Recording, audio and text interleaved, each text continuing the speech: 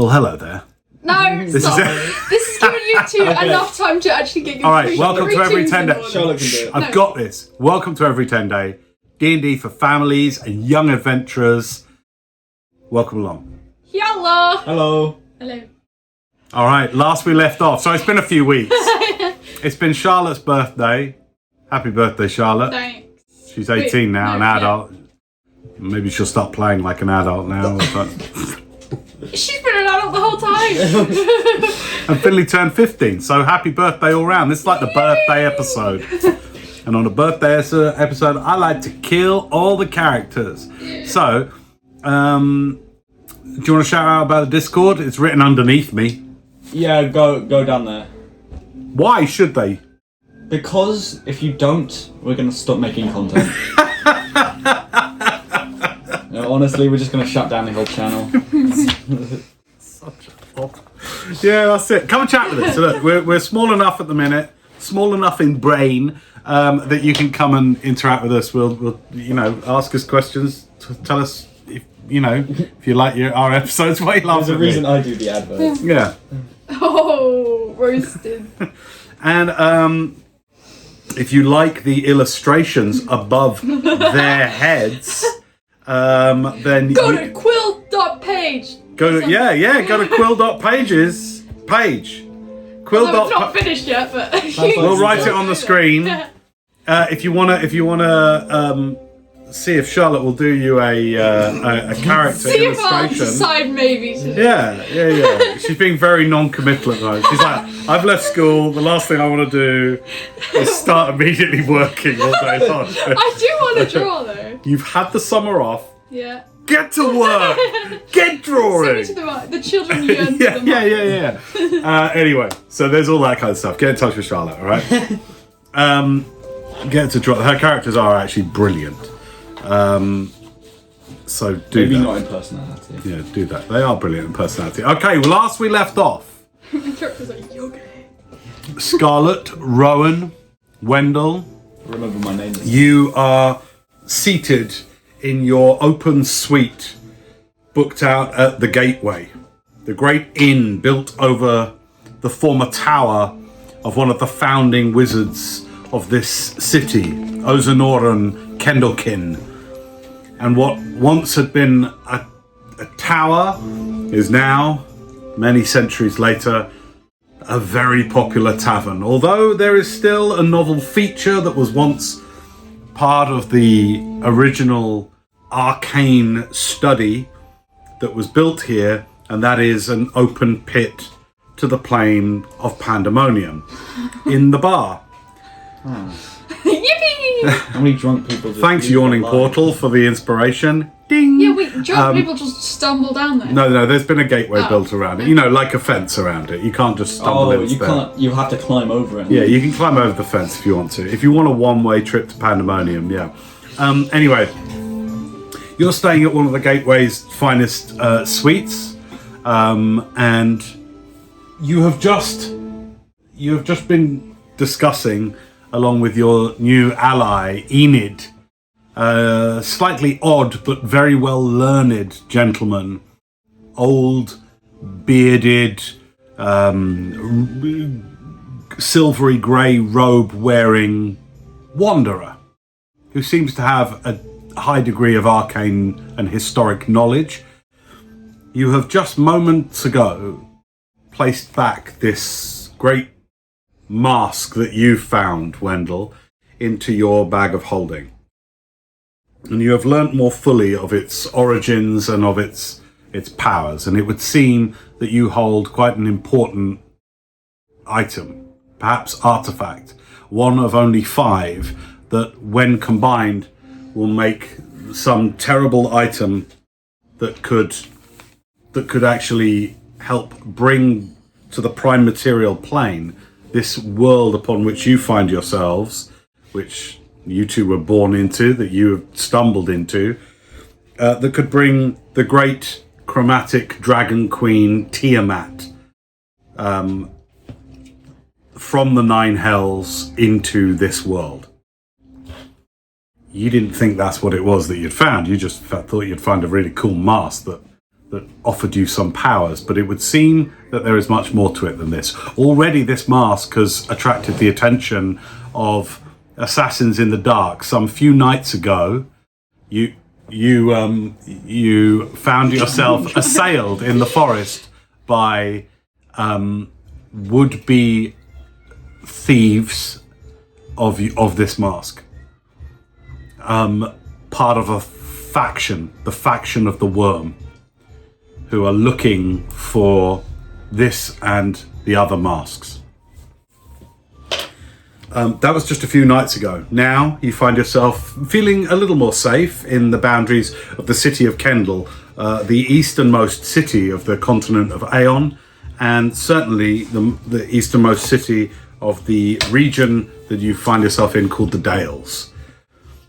Here, downstairs, beneath your suite, you can feel echoing through the wooden floors, the music and the busyness of the bar, the open bar area, as the night wears on. Your friend Enid has recently left to see whether they can, for you, secure perhaps some audience with more, again, people who might be able to help or be able to offer more information to help guide you in your decision making on whatever journey you're in. And so we join you back in your suite. You've all recently, well, two of you have recently found yourself able to acquire very powerful items. You bought a Frostbrand sword, and you, Scarlet, along with Rowan's help, were able to purchase a crystal ball. I actually paid for more of it. What's that? I paid for more of it. Want more credit? No. The evening is yours. Alright. We was gonna scry on the red wizard guy. I think we could do that straight away, can't we? Yeah. Alright. We've seen him, so is that the level of familiarity? Let's look it up. So you want to cast Scry. Scrying. All right. And so once again, you've already scried upon The little girl. that's right. You make it sound creepy. Oh yeah. The little lost girl, that's right. Yeah. A bunch of other children there. Yeah. Yeah. And it was the other side of the world. Or somewhere We was like. assumed. Yeah, you did. Well, as the smart one in the group, yeah, you assumed it. You were looking in on somewhere. Wait a minute. Oh, Whoa! How that What's your intelligence? I wonder. It's 12. Okay, so I saw. I may. Wait, what's your- 15. You're only one higher than me! okay, so you have met the target that you want to scry upon. You've certainly encountered them in the forest. You do not have a lock of hair, bit of nail, possession, likeness, or picture. So it is a straight save We that they could make. Can we draw a picture? Okay, who's the best drawer in the group? Rara. Drawer. Who's This is- asking? Sorry, I just. I mean, Wesley goes like that. Drawing. I've been lots of I places. drew- My accent changes all the time. It does, my friend. It really does. I mean, I drew That's okay. 10, so I think I am. Wait, so if we draw him, that gives us a... No, it won't. It won't. Likeness. I mean, you could try a picture. I'd be looking for a performance check of 19 plus. Let me have That's a go. easy. That's easy. We can do guidance. I'll use my magic to make you better at drawing. One of you gets to do this. You don't get multiple tries. So who's going to do the drawing? You, and she can help. What? She herself. Yeah, Scarlett's going to help with the drawing of the red wizard. Right, yeah. Wait, performance check, did you say? Okay, so first I'd like you to roll d20. You're looking for a 10 or higher. Wait, you're way better at performance than me. 13. Why 13. aren't you You're doing the it? one drawing. Okay. Okay, so she helps you. Hang on. I haven't rolled yet. We can still change this. Help no one. Okay. Look, your performance is 5. My performance is 2. 2. So you do it. You roll. I'll help you. Okay, Scarlett is. Okay, so do you have paper and drawing Yeah, materials? I still have some Yeah, left over from the flyers that I've Yeah, we made. bought them. Okay, so you're doing the drawing. So you roll to see whether you help. I don't help. You don't help. So you're casting guidance? Yep. +4 to your roll. Okay, roll performance check. Okay. 29. Yeah. It's like an artist render. All right. Oh my So God. roll d6 times 10 for how many minutes this takes you to draw this. Just One one d6. Oh my god, not 10 d6s. Yeah, 1d6. 50. So 50 minutes to draw this picture really, really well. From likeness, from memory. But with a 29, you draw a really good picture to help you focus your mind in locating this individual. So that will offer a -2 to their save. What's your spell safety? Oh, the crystal ball has its own spell You've got save. the spell card, the item card right there. Tell me what the spell save is on it. I think it's 15 if memory serves. 17. 17. Jesus. So the spell save is It's 19. like the tree on Gloucester Isle, whatever. The Oh thing. yeah, the tree. Campaign 1. So 19 is the spell save. Hang on a second. Let me find my dude. And we've met him, right? So And it's an intelligence save or a wisdom save that the person makes. How do you tell? It'll say that. before the Oh, Wisdom save. Sorry, I've just I don't found it. know. Yeah, I wisdom don't know. save. Okay. So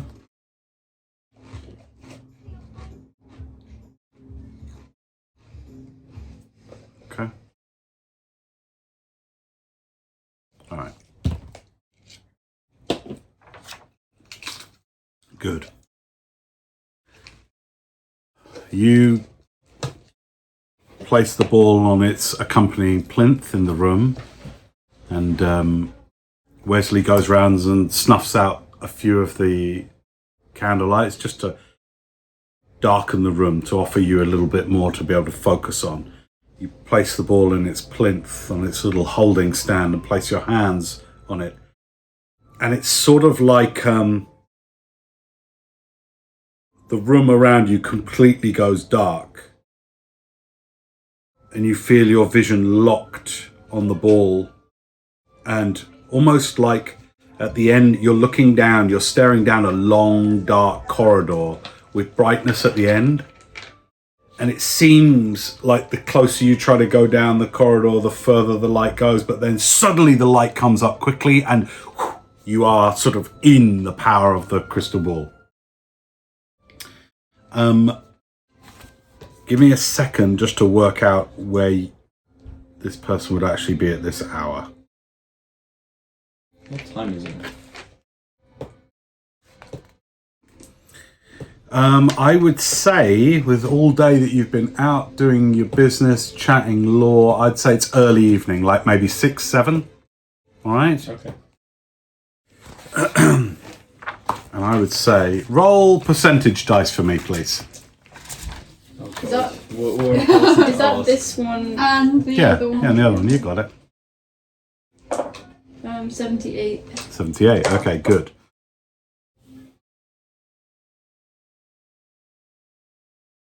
You were asleep, weren't you, when they attacked the camp? Who was asleep when Him. they attacked the... Yeah, you were asleep. And Okay. she was... I was right up. No. I was patrolling when they attacked. Okay. Yeah, you two were mainly in the fight, weren't you? Okay, good. Right. As you... Just... What? It was Wesley who was. What's happening? What do you mean you were mainly in the... They were... Those two... They were mainly in the scuffle in the forest with the Drake and No, I the was there Red the entire Wizard. time. We all started at the same... Were you not asleep? No, I wasn't. I woke up immediately as soon as it Okay. started. No. Fine. All right.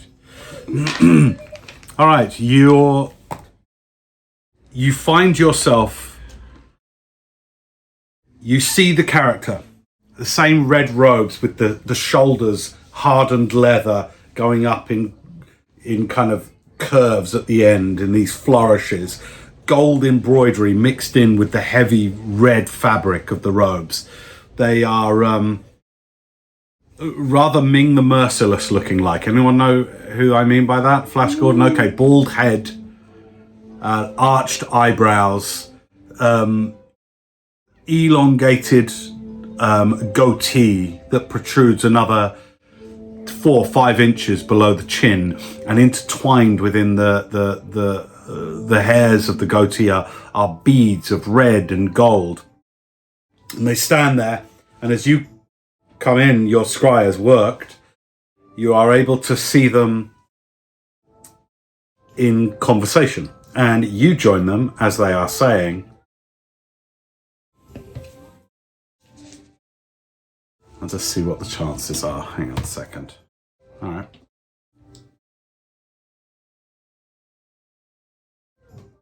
I have not seen one with scales as such before. Makes me think that perhaps the ancient draconic bloodline is not lost. Maybe it remains within a few of them. Either way, I wish to procure one. Out of sight of this, you hear a voice. I care not for your ambitions.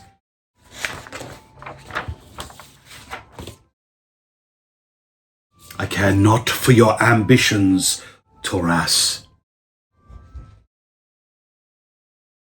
I want the mask. If I must go myself, I will go. I will take Acetic Arachnid with me. I will have it by any means, even if they must now, as the hour quickens, even if we must become more overt. While this is happening, Taras looks on at the unseen voice with a sort of a look of subservient respect upon his face. He says, "Of course, Master. I simply find that there is much for study, for experiment in this scaled one. Perhaps it would help. It would help, certainly, in terms of what we are endeavoring to do at the seat of Oderin. Maybe.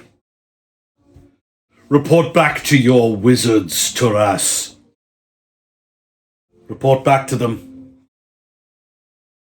Tell them we know where it is.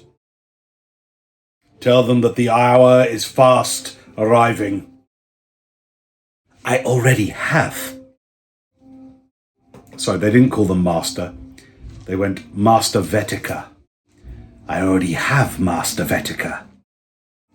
Good, good.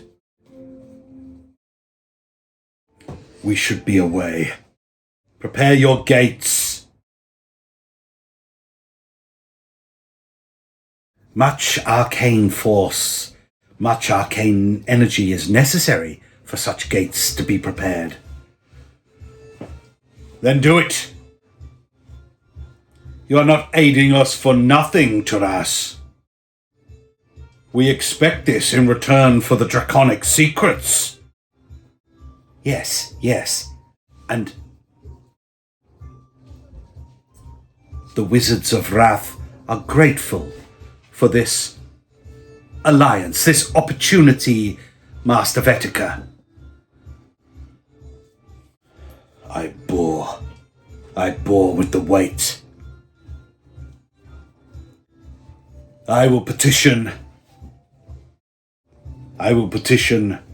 the leader of the faction. I think we should move now with haste, openly. As you have said, Master Vetica. Are you available for the Council of the Wizards? Perhaps, but if it is more talking and talking, I will not. Very well.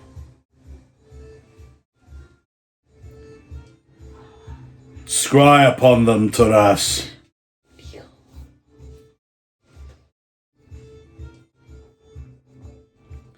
see what you can find. Then you hear another voice quickly coming in. Master Rokaron, Master Raikoron. And just within the field of your view, you're seeing and hearing all of this, Scarlet. Just within the field of view, you're sort of looking at Taras, looking at this other voice and talking back. A more slight figure wearing similarly red robes, but less well adorned, more ornate with golden brocade, much simpler red robes, kind of comes in and whispers into Taras Rokaron's ear, at which point he goes, What? Looks around. Ashnak! Flicks his finger. And then looks straight at you. Wily one. I think not. And with that, just goes Nashnak, and then you are straight back in the tavern room. Like Wesley goes, "Are you okay?" I think they saw us. What? Do you share everything you heard with Yeah. Alright. the others? Oh god. Scaly one? You don't think they're talking about you, are they? Well, I'm I kinda don't worried know how that's many other people I can see with scales. That are scaly. No, but they might know other people than us, so... But They they would just definitely- came back. I think they were talking They're about gonna you. scry on us. They said that. They're gonna use our No, own I don't know spells how to against... stop people from looking at us. Let's just How do hide in we- a box so they can't... Or we could just like wave all around so we're waving at them somehow. I'm gonna... No, They're gonna know What's your wisdom, please? exactly where we are. It's in the big box. It's just even. No, Even. 11. Great. I'm gonna cast... What's going on? I'm gonna cast Detect Magic.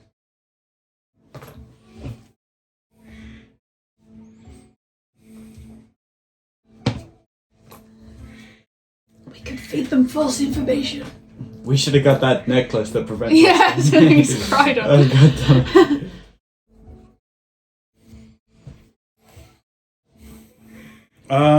Okay, well, Detect Magic won't reveal a scry. The ability to detect invisible objects will. And so as you cast the spell, all of the magical items, Scarlet's robes in particular, emanate a very powerful magic. The crystal ball, your sword, Well, we know Okay. that they're nothing on you. Nothing on Just- me.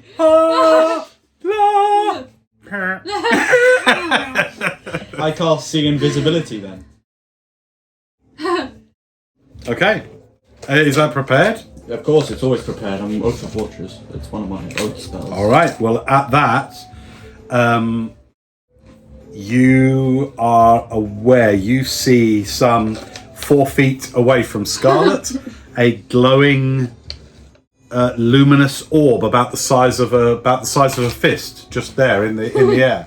They're scrying on us. Hey, you're not gonna get anything out of us this time. I don't have Hold a anything. blanket over it. You can't. It just passes through it. You know. Oh. He can see it. You can't. So Right he's there. pointing to a place in the air. Look, I'll just. Hello. I'm gonna just like put my hands around it, like where it is in the air. Okay. Yeah. That's all they can see. That's all they. See, he had a cool way to end our spell. I can't do that. We have a cool way to end We're the just spell. gonna stare at it awkwardly until it's. Awkwardly. Awkward. Let's hold it awkwardly. Is there anything you want to do during these 10 minutes that you are able to see this? My spell works for an hour. Oh no. Okay. Sit in the bed, kicking my leg. Shall I play my flute really loud? So, guys, when are we? When are we headed to? We just called the guards, Pandemonium. and they're sending troops everywhere looking for this red wizard. Deception check, please.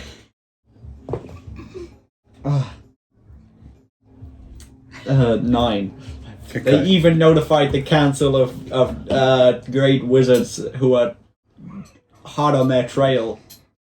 You know, Okay. we're We're about to throw this dragon mask into the pandemonium well. Deception check. Ah! Oh, it was It's like children.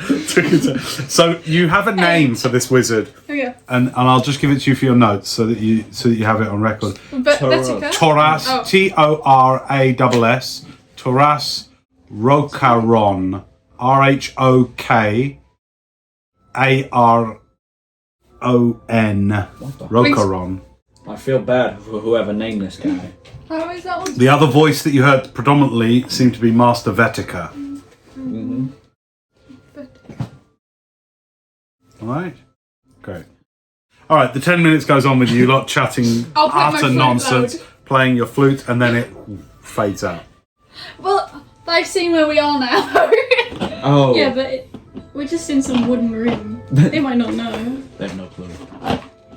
They might not have been. Did you see anything about I mean, this? you just around put your hands around. You keep it up for an hour, and after about 20 minutes, another one appears. Oh. Come on. You're not. I'm still very aware of your presence in the room. This is awkward. That's awkward. Let's. Yep. We already since 20 minutes has passed. We already went and thrown that thing down that well. So I guess if you wanna go get it back, take a swan dive down the bottom of that pit like all the drunk people that probably do it on accident. Oh no. Until they decided to build those railings. Well, now they know where we are. Oh no! Oh god damn it! They thought it was good. You guys are idiots. I love it. I love it. No, Okay. I mean the other well. And that you hear at They're the door. It might not be them. I'm gonna go to the Announce yourself! Friends, it is I, Zenid. Let me in. Let Is me he still in. there in the room? Is the thing still watching us? Let me in, my friends. Is it still it in the still- room? Yeah, yeah. Alright. You in can. here, No, no, shh. no. I'm gonna see them. No. What do you do? I'm gonna say we can't. May I enter, my friends? Don't We're say being your name. scried on right now. Ah, well, I might be able to help with that, Oh, actually. you're right. Do you want to He opens the door. And then he just goes, Nash Tara! And thumps his staff on the ground, and Instead of we're changing right a now. kind of a wave like a heat haze echoes through the room, and it winks out at that. Bye again. Oh, thanks. The enemy is watching you, Yeah. my friends. He comes in, shuts the door behind him. Well, I think we need to be quick before they scry on us again. I happen to know some of the electors of this city, and I petitioned them for counsel after discovering the nature of what it is that you carry. All we can do now, my friends, is wait and hope that we might speak to those who are wise here in this city. They will know what to do and how to best help you with what it is that you carry.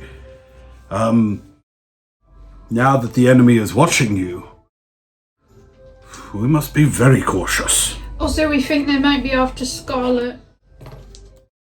What? Why? Because she got We're scales. talking about dragon They said- stuff and scales and experiments. Draconic bloodline. Yeah. What do you know of your bloodline, my dear? Not It makes that. me scaly. Yeah. It makes me good at talking to dragons, I think. Have you ever spoken to a dragon? No, but I think I can. And also I've got scales, and I'm quite good at fire, so that might be something to do. Do you dream, Scarlet? Do you dream of dragons? Well, dreams are pretty crazy most of the time. I suppose there's been some dragons, but there's also been, upside down houses and, dogs. Upside down house. Not what I was thinking about, but very well, very well. Oh, I must say you are unique in the tieflings that I have met along the road, and I have been on the road for many years. we must, perhaps we will find out more about your curious ancestry as we travel. Yes. Yes. Be aware. For in this world, anyone who has something rare will be coveted. Others will want it. I have seen foul deeds done in the pursuit of rare objects. Whether they not an be, object. well, as I was about to say, whether those be items or individuals such as yourself. I'm sure we will find out if we hear from the electors. For now, I'm going to go and speak with the innkeeper of the gateway, and perhaps enjoy some of their mullsweed in my pipe. Okay, can you put this flyer up when you go down, please? What is it? What There is you this? go. What is this? 10 flyer. What is you want me to pin up a flyer? Yes, please. Very well. You're Very going well. down. All right. Well, good night, my friends. Thanks, good I am in night. a adjoining room to you, so I will. Fare thee well. I will see you in the morning. That was kind of rude. What was Kind of just like, As he turns away to go out the door, you hear, confounded flyer. asking a favour from a friend? an old man. All right. Right, so I think one of us needs to be aware at all times. My I know where we are. invisibility is still up for like 40 minutes, right? Or like, I'd say the hour will have passed by now. okay, I've no longer got it up. I could do it again so many more times. If you want to walk, it's early evening though. I don't think we go to bed right now. Or we could. What do you want to do? Evening's yours. They said they're sending someone to get us, right? Did they? They said No, this. they didn't. What? They said they're preparing something. They said prepare the gates. And Oh, they did say alert the wizards of where we exactly. I thought they. I don't know. are. Well, they know where we are, so it's I not. just heard what The evening started. wears on. The sense of dread and the slight background sense of paranoia begins to grow in you all as you are aware that you have within your property an item that the enemy wants. Okay. What will you do with your evening? Sleep. I need to be up early. Yeah. So we're all going to sleep. I'll watch over you. I think we should take watches. Yeah. Oh, Wesley. Yeah, hi. Oh, Sorry. hi Wesley. Yeah. So you want to start first watch? Yeah, I'll take first watch. You need only 4 hours, so you can take second, and that's all we need, right? Yeah. All right. All right. Good night. All right. I'm gonna sleep. Good Night. Sleep well. Wake Watch me over. up. Wake me up. Let's go, Sprocket. Keep your weapons close. And your friends closer. Quite right. I thought it was you enemies close. Oh. Yeah, but we don't want them bad. All right. I would We're in a like room. Scarlett. I'd like you to roll a d12, please. Oh shit! Oh, don't- You would deliberately ask Scarlett every time now, don't you? Yes. She rolls. 12. Yeah. It's only on the Stop teacher. asking How her. you get? Right. You find a fitful sleep, and you enter a deep meditation. Thoughts of your wife. There is with it a kind of a guilt that comes with your meditation. For as long as you've known, you and her and your life has been the center of your world. Even back home, you do everything together, organize things together, and unknown for the happy couple that you are. Something of a beacon for a successful relationship to those of the Grove. And very few times in your life have you had cause for your mind to wander to other matters. But this is one of them. And this one more significant than anything now. For several 10 days, you have been away from her.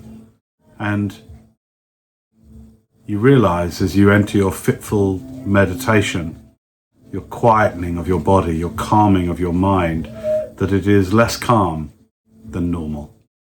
With it comes a sort of a weight of guilt, because you realize over the last few days, it's the first time for as long as you can remember that you haven't thought about your wife. And this troubles you. You tell yourself perhaps these matters that are drawing your mind away, they might just be of great importance. They might just be of a significance far beyond anything that you've ever had to think about. Keeping the perimeters of the grove safe and clear from parasites and fire threats and the such like has been, to a regard, the extent of your daily challenges. And now there's these talks of mighty relics and masks and chromatic devil dragons, and it's all so big to you. And your world was so comfortable, so friendly, so small. I mean, you knew everybody, and everybody knew you, and everybody knew each other's role in the grove. Here, so far, this world seems weird and strange to you. And that guilt finds lump in your throat as you deepen your meditation.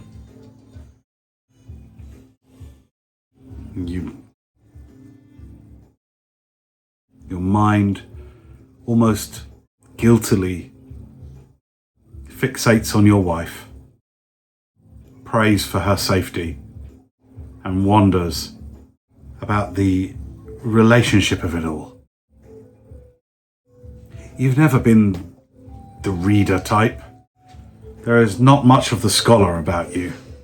You're happy to ruffle your wife's hair and poke fun at her when she's absorbed in some botanical book, mixing up some new mixture that once she starts listing ingredients, you give up after the third one and just go, okay, I'm off out. But everything seems so complex and so busy and so big. And you wonder where she is in all of that and where you are in all of that. And you are distinctly aware of the distance between you. You have a fitful meditation. Scarlet. You find fitful sleep. The words of the Red Wizard, Taras, echoing in your mind, the Scaled One, and you wonder, are they talking about me? Are they talking about this oddity about me that you've sat with your whole life? Your thick skin, not only a literal part of you, but a figurative part of you as well. Your dreams take you to your time aboard the ships and the banter between all those sailors, and how you adapted early on to a thick emotional skin to help you in your travels and in the things you've seen in your adventures, the loss of friends. During your dream tonight, though, you see much more fire, much more fire, and you find yourself flying over a barren, hellish landscape with canyons of lava and fire and great jagged spiky mountains like claws erupting up from the earth, red and raw.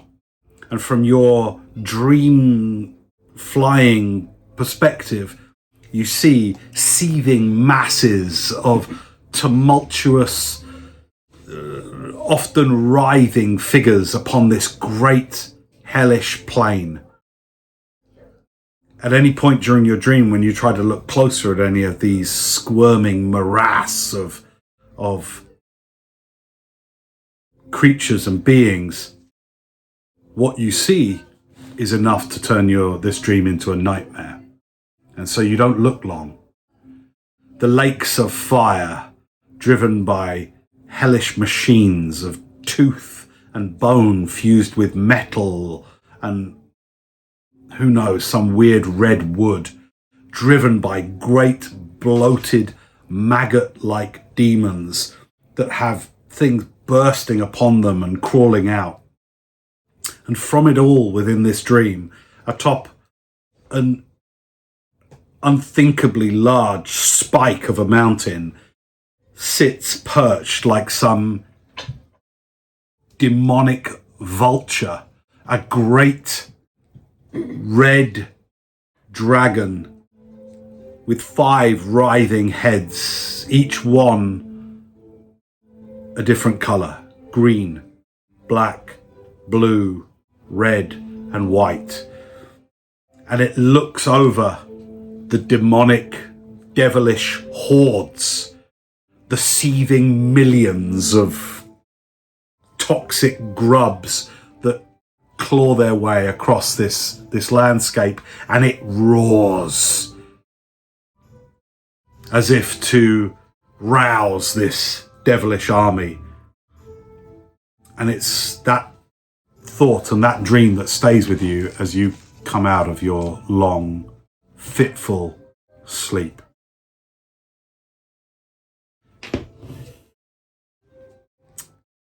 You are roused after your 4 hours by Wesley, who gets his head down for some much needed rest.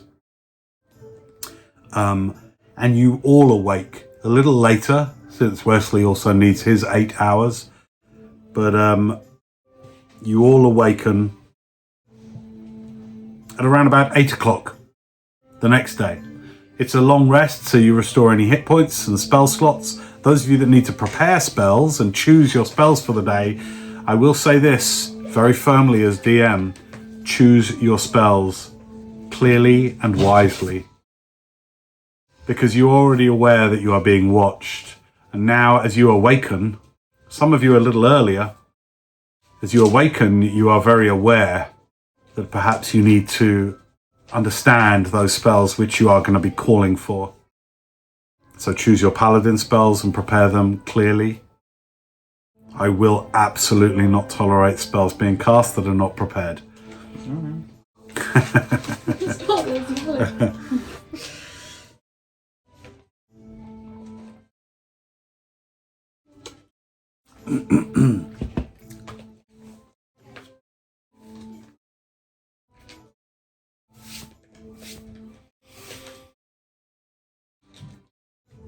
Okay.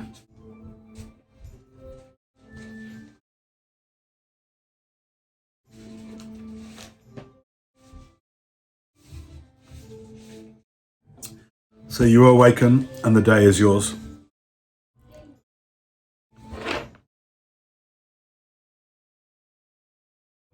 You sleep. Your sleep, by the way, is not fitful. You feel undisturbed, and you certainly feel. That was a great sleep. How are you guys? You've been awake for 8 hours, so everyone okay? Everyone good? Yeah, I had a dream about the Olympics dragon. Well, he was almost the colours of the Olympics. But I that don't know doesn't what exist in this world. So You mean Tiamat? I'm not sure what that is. What does it look like? Well, it was a big, big, big red dragon with a red, black, white, blue, green head. Sounds a bit like Tiamat.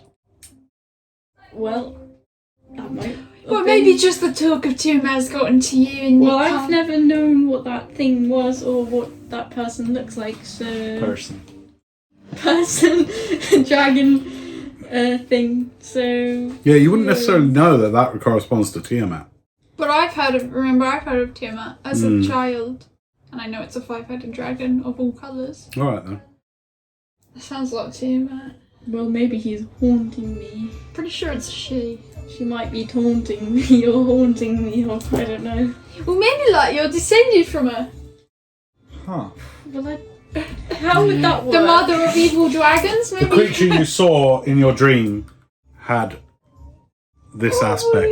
Yes, so how would I be a descendant of that? Well, you have scales. Yes, but who would... like... No, it's not like that. Right. It's I like... don't know, anyway. It doesn't really matter, to be honest. Wesley, how did you sleep? Fitfully. Really? Why did you everyone sleep fitfully? Did you have a bad dream? I didn't have good dreams. But you know how they melt away when you try and find them in Yeah. the morning. I found that mine have done that. So I'm glad for them to be banished. I just missed What is one. our plan? I know Enid has tried to get us counsel, but what are we looking to do really? Get rid of the mask? Pass it on? Take it somewhere? Maybe there's like people that are more equipped to handle it. Like we're just a band of, I don't know, people. Like why are we equipped to deal with this very powerful item? You know? May I say something to that? Of course. I think perhaps it could be said that the world is often ruled by those who took advantage of those who think like that, those who think that they are small and that such things should go to others. And I think there are people that would take that power, that will take that will say, I'll look after that. My adopted grandmother, certainly one of the things I remember saying is to be careful which power you put your trust in. Right. And I think we must put our trust in ourselves. And we should go into whatever this day or tomorrow or the next day holds, knowing what it is that we trust and what it is that we want to see. Because I think there will be those who will exploit our uncertainty. But I think we need to trust ourselves to also find people that we can trust to deal with it. Well, I see your point. Because, like, if there are people that are better to handle this, then there is no point of us hanging on to this majorly powerful item. We just found it in an exploding box. Oh yeah. I don't think they made that box safe, more protected as it should be. Maybe you didn't just find it. This is what I mean. Would you like to? I don't know what you mean, Wesley. Well, Fate. maybe. Yeah, maybe fate. Is that so terrible an idea? No, I believe in fate. You do. Well then, Wendell, you and I have a bearing of principles that I certainly share. Wesley, do you think you feel connected to this because your great-grandmother had a connection to the masks and your mother? My adopted grandmother, That's what I not mean. great-grandmother. Yeah. I don't know your sub-family. Well,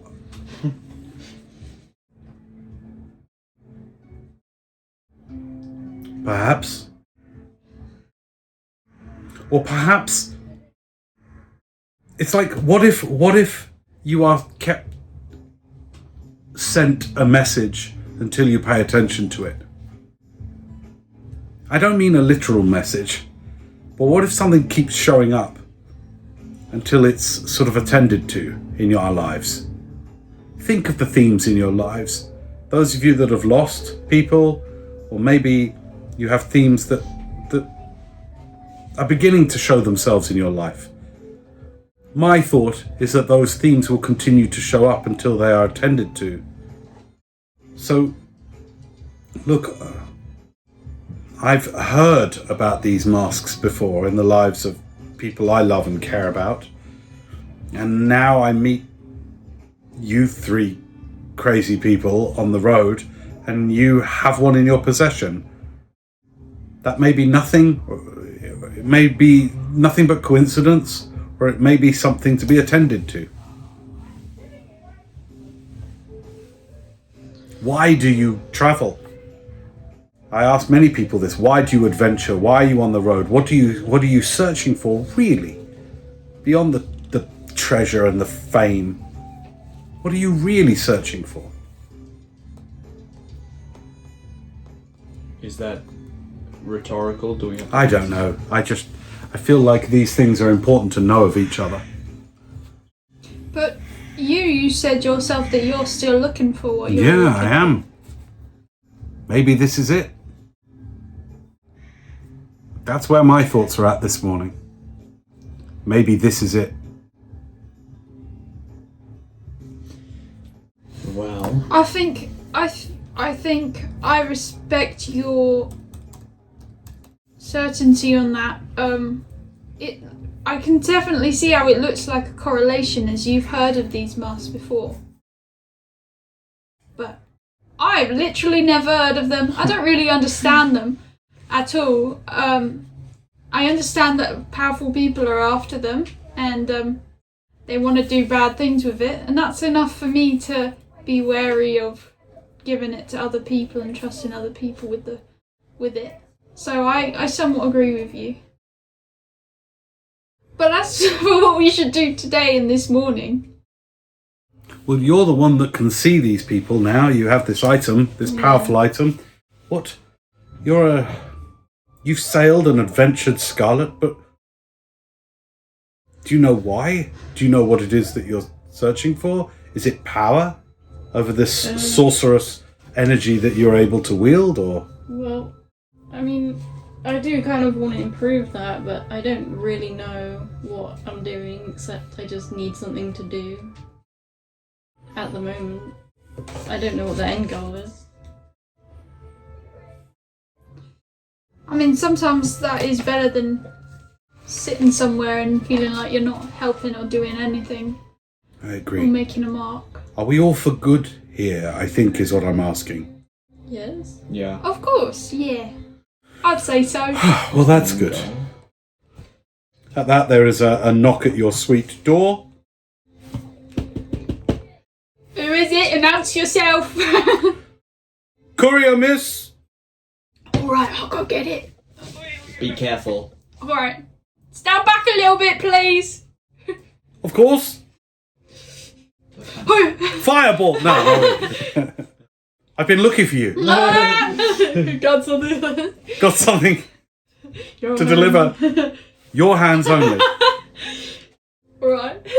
It unravels the scroll. Oh. This is a courtly, very smart-looking young human boy with very tight breeches on, extra reinforced leather boots for running around the town. You notice everything about the outfit of this courier is tight and tied up such that nothing would snag, running through crowds, all this kind of thing. Wearing a kind of a midnight blue outfit of breeches and shirt. A kind of a cloth hat tied at the back keeps the hair in, and they unravel the scroll.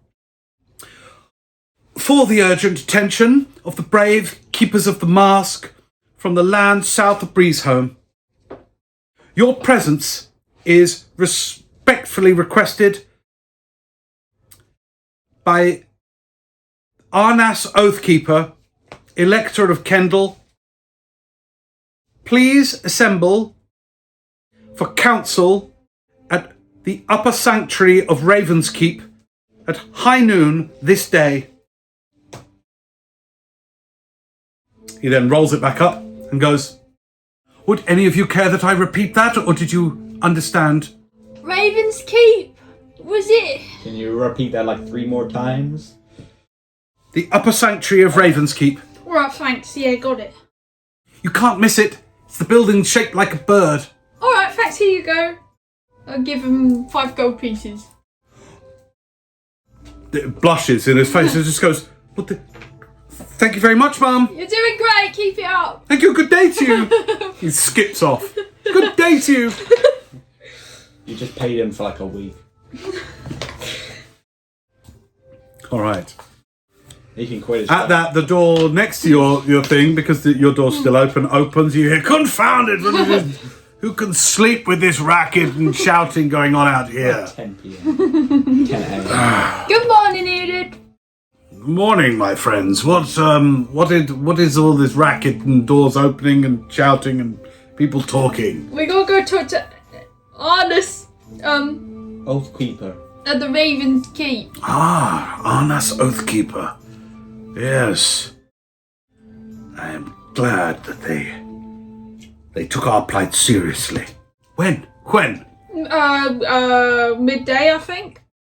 You think? High noon? You must know these Right, things. We cannot be late. We must be on time. Let's just go for like noon then. No, but earlier. High noon. High noon. High noon. What's the difference? Great. Brilliant. Turns around, goes back into his room, just says, "I must smoke and Oh. prepare. Alright, do we have to wear fancy clothes or something? Wear what you will." Alright. Nothing. Alright. All right. Well, we'll say that it's around about 8:30. So, if any of you want to achieve anything, interact with anyone, find out some information, try and learn anything, with libraries, scholarly centres, that kind of thing, in the 3.5 hours that you have in the run up to your council, or your assembly, excuse me. You have that space now. You have 3.5 hours. Also, think if there's anything you would like to purchase. Okay, I would like to try and... I'm just going to tell you what I want to do and then decide how to do it. Great. I want to...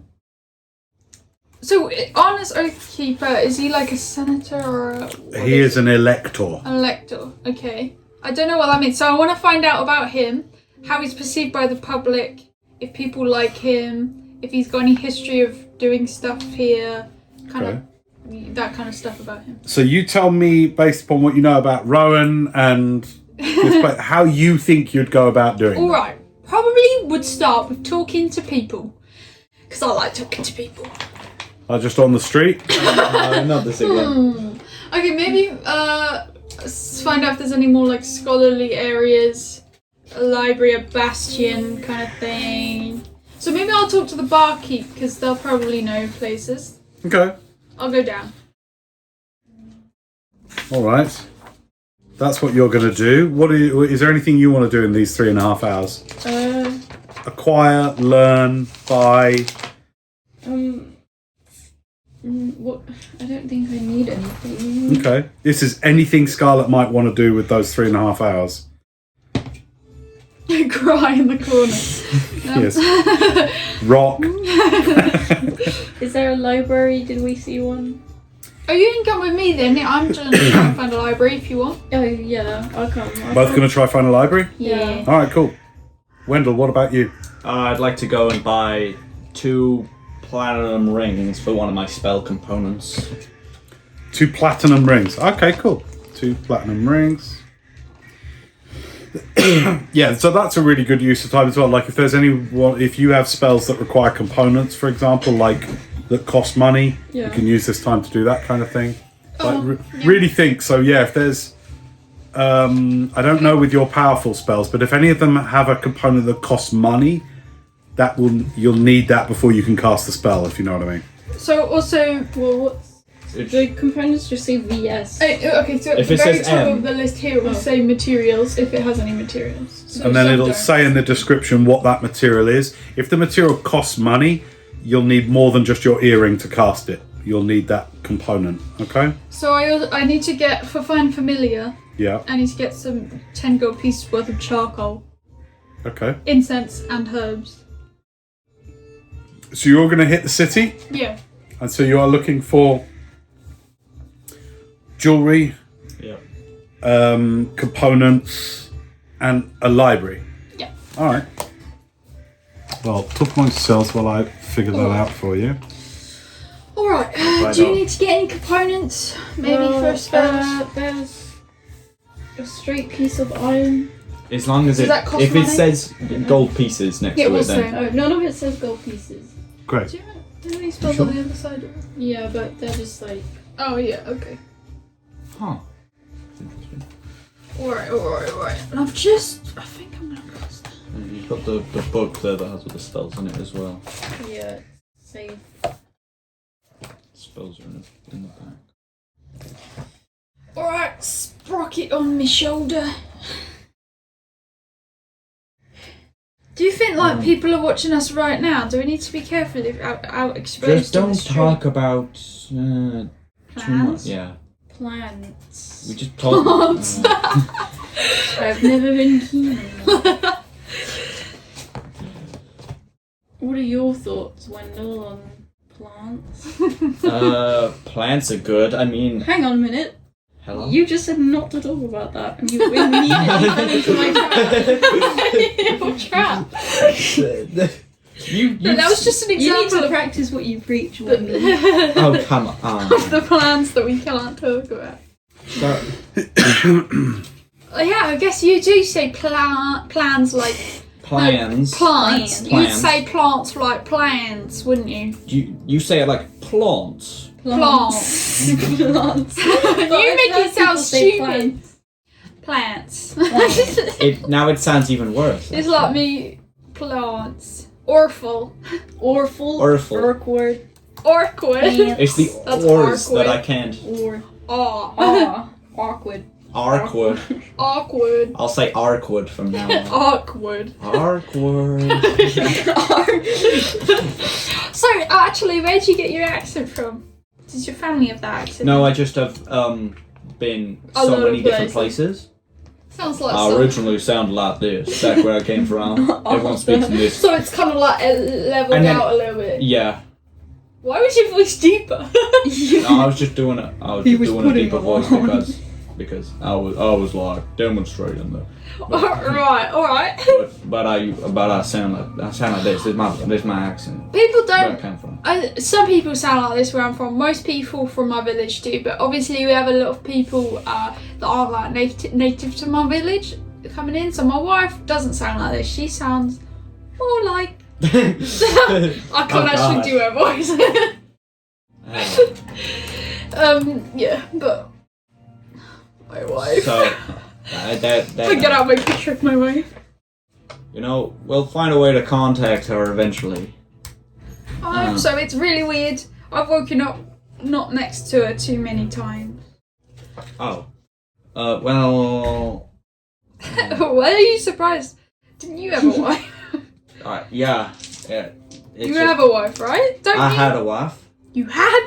Had I thought a you said. wife. How? And no one's waiting for me How back old is home. Wendell? I can't remember really, bro. Bro. Sorry, I was just doing that because, you know, yo, bro. Trying to fit in with the young people. No, I'm Because you're old. I'm 47 or maybe 48. 41 or maybe 2. That's kind of old. How old are you, Scarlett? I I swear we've had this conversation like so many I feel times. like I was like 21 or I feel like I can't remember. I was 21 or maybe 2. I'm not strictly exactly entirely human. I'm marker sentinel human. Yeah, Which whatever means- that. That's- What? They age at the same speed as human, but I'm not. That's not a different race though, is it? No, it's still human. It's just like So you're a human. Okay, you've sort of found your way down into the central bar, hi guys. and yeah. you've asked, and give me a sort of a whoever's going to be speaking mostly to the innkeep. Give me a persuasion check. See whether you can get the right information and how readily you get it. 10. 10. Okay, that's fine. What? Um, Where's your persuasion? It's there. +5. What did you roll? 5. Oh. Oh, So, with that, you are told about the Heritage Bibliotheca, hang on. and that it is the it is sort of like for visitors to the city is where most people go to for sources of information that is open to the public, that aren't sort of the more curated tomes that aren't so open to the public. You're also given very clear directions of where to find jewelers, places to get components, things like that. And so I would say that we're going to want a group perception check for like finding your way around town. Oh. Oh lord. 18. I always add. Just 3. 10. 10. You must declare it beforehand, but yes, I'll I'm not give doing you that. guidance. I just always add a d4 to my perception checks. How come? Part of my race. It's a race feature. Nice. What did you roll, Scarlett? 3. 3. Okay. I would say with that you I'm like dragging you along. you The do get library's lost this several way. times. You do get sort of lost, but remembering that the My average down. the organisation of Kendall is sort of the buildings all very close. That everything is sort of cooped in around these dark stone walls. All the buildings within it. It is closely knit with this kind of winding spiral kind of street layout. And now that you're outside also, you do see where you will be going at noon. So as you step out onto the streets, let's change this, shall we? Have a bit of town ambience.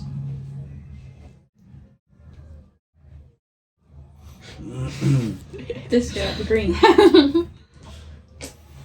You walk past a bandstand. There was at the green. No. Oh, sorry, you meant in the game. I Yeah. thought you meant like you went to the shop and there was a band. Yeah, they say that.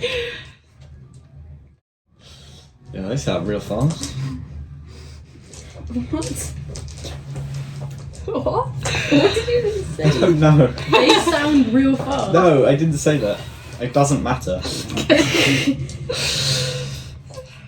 This is why we keep getting lost. Just saying. Don't just am mumble I even around. going with you guys? Oh, I'm you're going to not completely making. different. You don't have to stay together if you don't want No, I'm to. splitting You up. tell me. You split up. I will say that the platinum rings that you find a small. I also need silver dust. Could you get my components then if you're They going need that to be way? worth 50 gold pieces each ring. That's And fine. I need 25 gold worth of silver dust. 125 gold. I'll give You buy that. Okay, Money, 15 can you platinum. get me some components if you go? What do you need? I just need charcoal, herbs, and incense for. I'm not going to the charcoal, herbs and incense. But it might be store. from the same place where you get silver powder. Alright. No, well, hang on. You go to the jewelry shop. 125 for the. You do silver powder because they use it for inlay and engraving and filling in filigree work and all those kind of 15 things. platinum, right? 15 platinum. No. 2 lots of 50 gold pieces and 25 gold pieces worth of silver dust. Yeah. So 125. So You want to overpay for it? I want the incense as well. Incense that. Okay, you go to a different store for that. Hang on, how much money am I paying? 125 gold No, for the in platinum, I don't have any gold. 12 and a half platinum. Okay. If you play 13, you get 5 gold back. So take off 13 platinum, you get 5 gold back. Okay, cool. Keep Wendell's mood up, mate. I don't have any gold left. Jesus. It's all gone. Alright. Okay. Well, you can change some over if you want in the shop. I'm really bad at math, actually. I think we all are bad at math. 13 platinum off, 5 gold added, and you cool. get your 2 rings and silver dust. That's the only one that can You do also trade in 10 platinum for 100 gold if you want it. And it'll make Oh, it yeah, easier. sure, yeah, Alright, yeah. well, a shopkeeper does that for you. Okay, and then I need incense worth 10 gold. Fine, you find that at another store. No problem whatsoever, no big deal. Big deal. It's a busy day in Kendall. You two, you are going to the Heritage Bibliotheca and with reading rooms.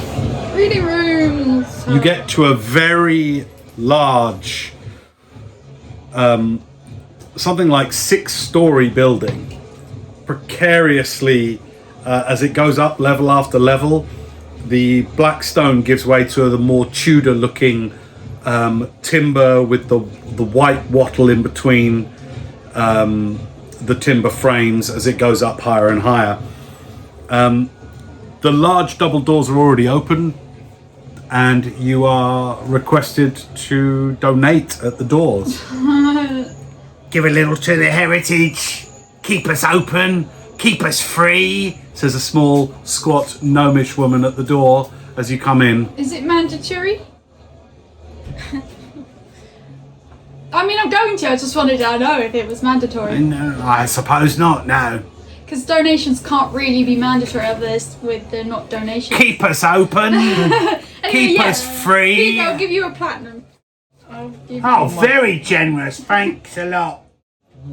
Not the deniers. Wait, was that a scam? They're just outside asking for money. Right, so you put a Obviously platinum in, what do you do? I'll give 10 silver. 10 silver. Yeah. Less generous, but very thankful for it.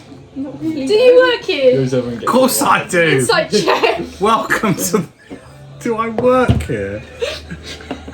Of course not. 10. 10? You're not so sure. But at that, they sprint off down the street. Double dash, sprint away. Do you want to give chase? Yeah, they're gonna rob loads of people actually. Okay. They're very small and they start nipping in between people, getting away from you. Keep us open. You're going to give chase? Yeah. Do you want to give chase or do you want to stay at the library? Yeah, maybe. I used to run really fast. Can I see them right now? Oh yeah. Just as they're running, yeah. Can I hold them, hold person them? Sure. What's your spell save DC? Uh, At the top of your sheet. 14. 14. Okay, here we go. Wait, yeah. Okay. As they run off and you cast your magic, they kind of freeze momentarily and they go, "Oh no, you jump!" And then they just keep running. I'm still on the tail. Okay, right. Can I face step to catch up with them?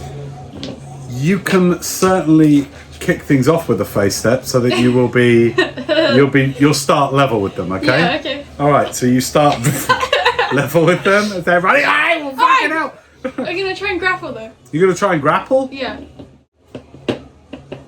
Alright. Roll athletics or acrobatics, your choice. Oh. 9. You go to grab them, fuck off! And they could get out of your way, nip through it.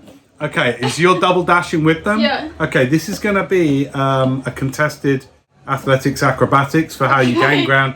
You are much bigger. Yeah. You occupy a lot more space than this tiny, slight figure. Sorry, what were they? A goblin or A small gnome. Oh no. Yeah. And you can hear ching, ching, ching as they're running. They've literally got the coffer around them and they're just like I fucking can't let running. this fly. All right, here we go. Go ahead and roll. 16. Okay.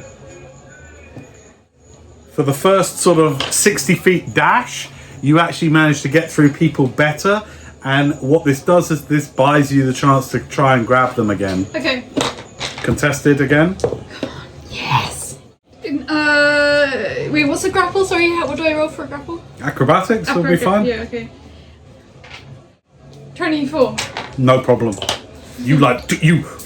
Firstly you and then down the road, and then you run after them, and then you just grab them by their kind of like bunched up leather and fabric at the back, and then lift them off the ground. Their legs are just pumping. Attention, pickpocket.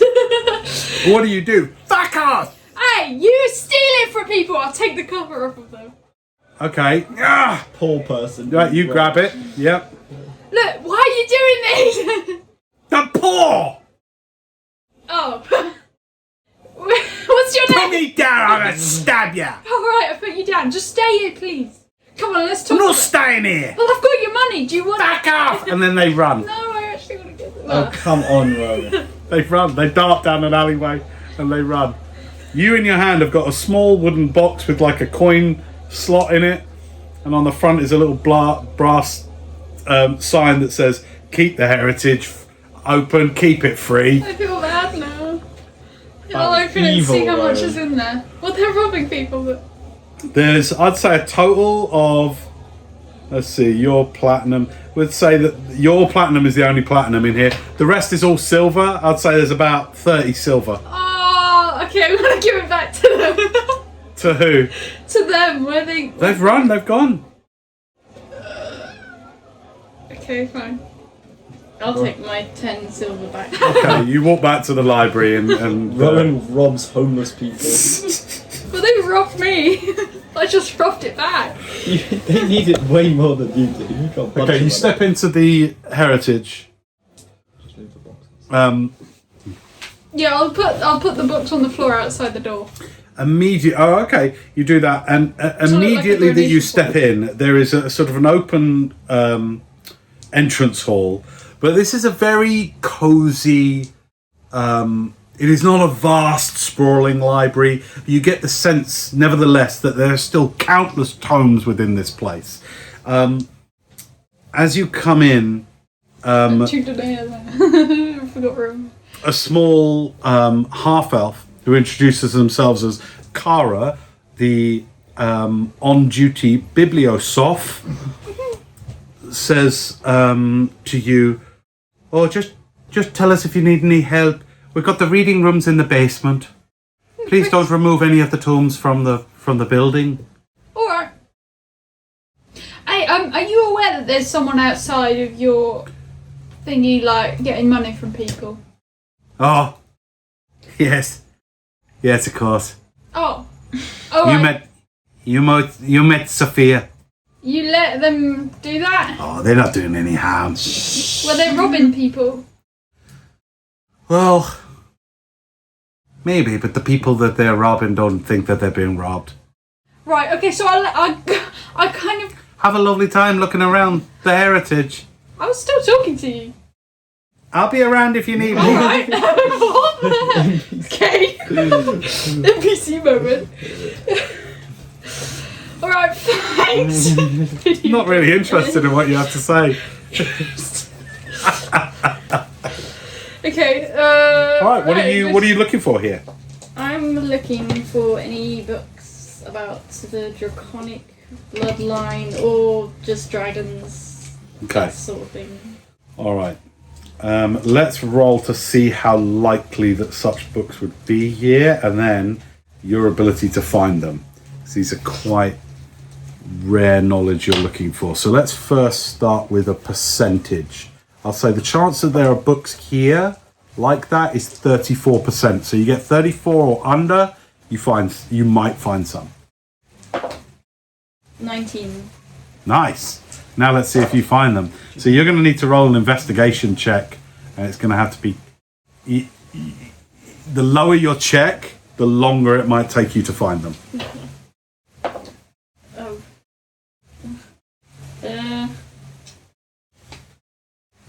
Wait, investigation. Okay, that's 11. Okay. So let's see.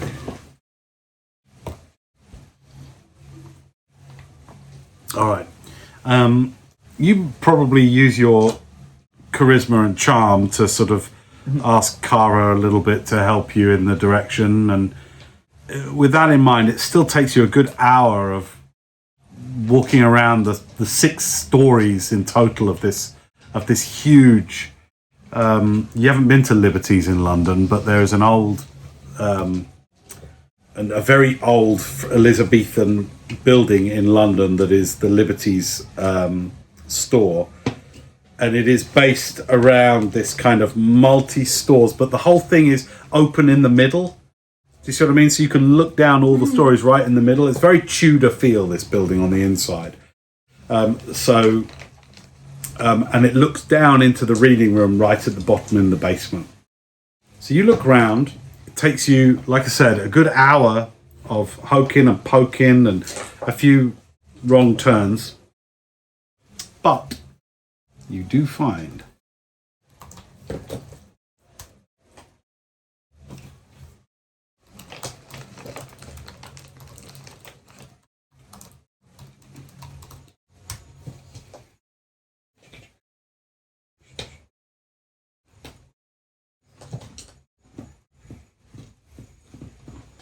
All right. You do find a book called Tieflings and the Draconic Bloodline. It is not a very thick book, and we'll go into what's in it in a second, but you do find this one tome. What are you looking for? I'm looking for books on, like, the Arnus Oathkeeper. Maybe not. I don't know if there'll be any specifically on that one guy, but I'm going to see if he's in any books. So many. Oh, okay. So, especially local politics and structure of Kendall. You know, the kind of about Kendall, like almost like the tourist ones. Yeah. So Kendall is a warden city run and governed by the electors. One of them is Arnath Oathkeeper. Is there anything to say about this person?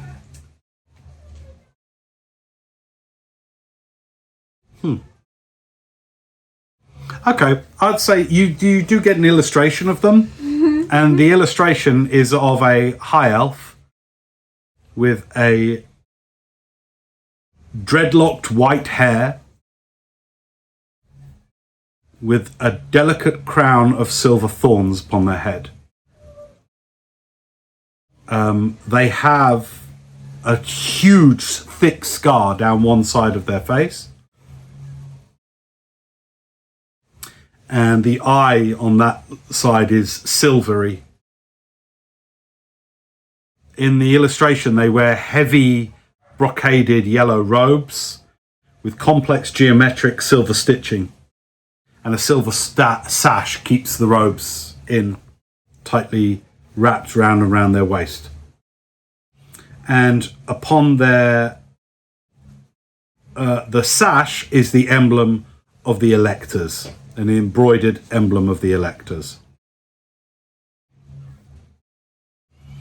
With it, there is some really rather boring text about Arnas, how long they have been one of the electors. You get the idea that it has been many decades. Does it say anything about any, like, things they've done in the govern? Because they govern, so have they passed any? Not really. This is just a sort of an about us page. Yeah. You get the sense. Well, give me just a general intelligence check to see how much you can sort of keep your attention going before 7. getting bored by this. It's really boring, but you manage to get that they seem to be very fair. And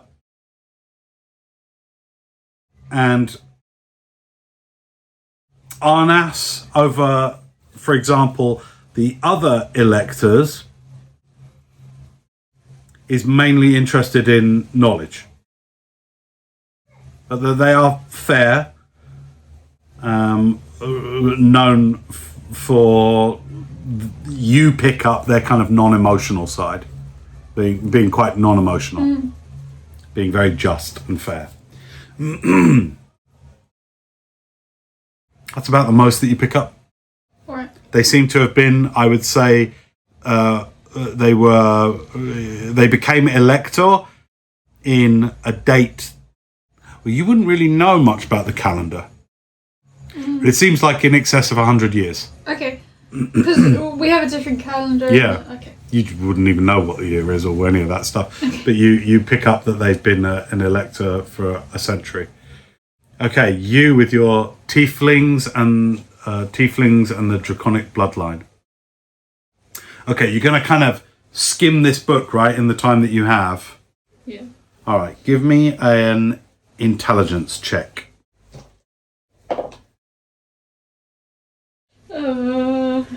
Just 4. Oh man. Maybe it's something about the dream that you had and the what that's left with you. Doesn't mean you can't pick up anything, but it's just like, you know, like you're having a slow day where your brain's a bit slower and you're a bit preoccupied with the very odd dreams that you had the night before. Here's what you pick up. That tieflings are known to be, in many ways, a sort of a species that come about in this world from some dealing with a devil back in time, and somehow this sort of infernal pact has led to who you are originally. It would seem that there is an additional complexity in that somewhere in your bloodline, a powerful dragon, perhaps of, shall we say, infernal origin, like devilish origin, may have been involved in that pact, may have had a part to play in that pact. You're aware of this from the jokes back when you were sailing. Sometimes when your other companions were feeling particularly like they wanted to roast you, they might poke fun at the fact that you only came to be because of some infernal deal. Maybe when they had a bit too much to drink. You hated those evenings when they would just lay into you. And you often also had a sense, Scarlet, of like, well, you didn't choose this. This wasn't something you chose. And you never thought about it. Typically, you would just join them in the drinks and hijinks and get that thick emotional skin up to protect you from having to feel, you know, what you might feel at such attacks. But you've often had at the back of your mind are like, well, I didn't choose this, in the same way that any species that is perhaps born with a kind of a handicap doesn't choose such a thing. But yours comes with a bonus. You have this sorcery running through your blood. You have this magic within you. And I don't know, it's up to you and your understanding of your character how much this bothers you or not. But what little you read over the subsequent hours seems to hint at there having been some powerful pact between dragons and devils, evil dragons and devils, that may have led to you, ultimately. Whether it be you directly or some descendant of yours, who knows?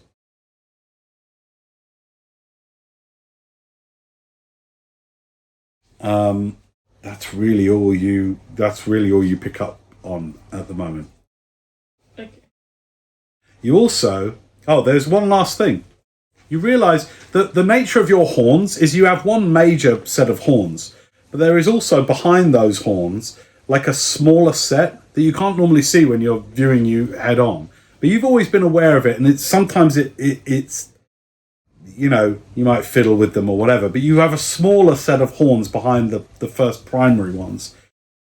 And this book, for the first time, and you never understood this because you've never seen this in any other tieflings, in this book, it actually reveals that one set might be, and this is a theory, the book lays out this is a theory, the one set of horns might be of your demonic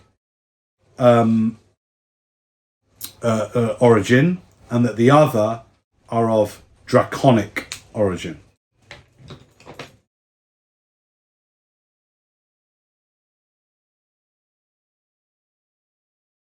That's what you learn from this book. Is there any other books you want to find, research, look into while you're here? I want to see what they have on the Feywild.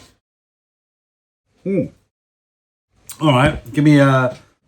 they definitely have books on this, so give me an investigation check, please. Okay. Rowan?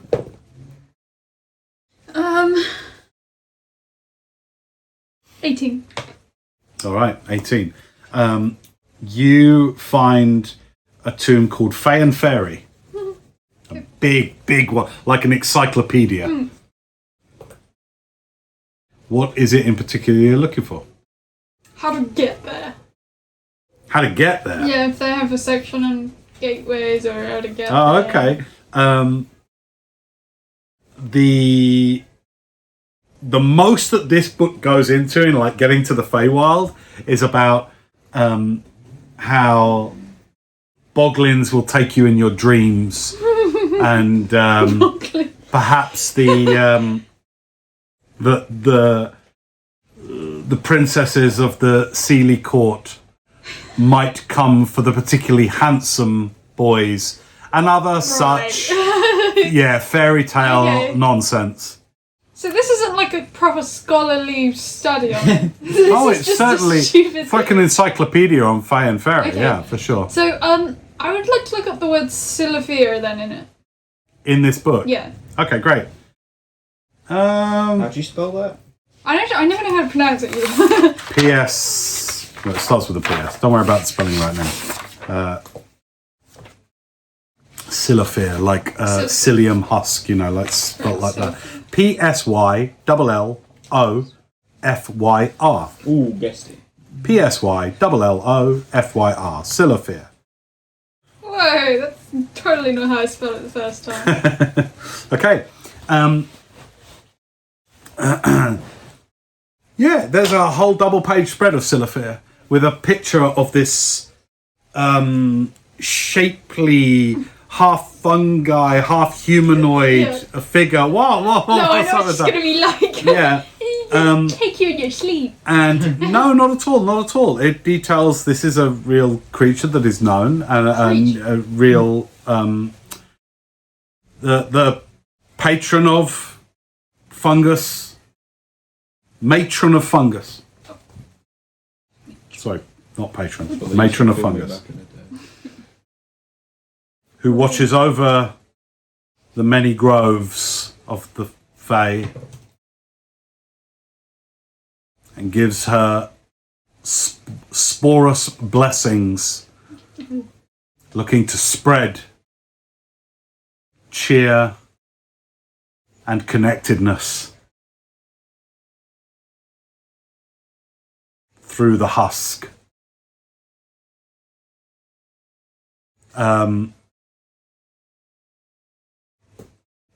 You find out this is the main matron of fungus. Not something you've ever kind of. I wonder how much Rowan might already have known that. She's not really bothered by religion, are you? No. Okay, you wouldn't have done, but it's interesting. Yeah. Yeah. There'll probably be people in the village that would have known about it. I imagine that the sense you would have studying would be like us studying one of our known religions that you don't know about, where you go, oh, I didn't know Zen Buddhism was this and that, and you go, oh, I didn't know. I'd never read up about it, So it is certainly an interesting read. Okay. Anything else from you two? No. Tiamat. Okay. We're getting close to time here in terms of the time it took you to find them. Let's say, give me an investigation check. Okay. DC is going to be 16. I did not meet that DC. Okay. Yeah, time starts to get away from you. Okay. You hear a dong, dong for 11 o'clock, and then the half past bell, we should probably go help bells go. Are you guys heading back to the gateway? Don't we need to go to... But you're not together. Yeah. We gotta Don't forget. We're gonna pick Alright, up. I'll go back to When the will- I've been there for a while, I guess. Sure. I'm not- Yeah, you have. Was there anything else you wanted to do other than finding the jewellery? That's all. You're totally kitted out? Everyone happy with what they're kitted out with? Yeah. All right. Did you get? Did you get me my components by chance? I did. You need to pay me back for that, Yeah. Buster.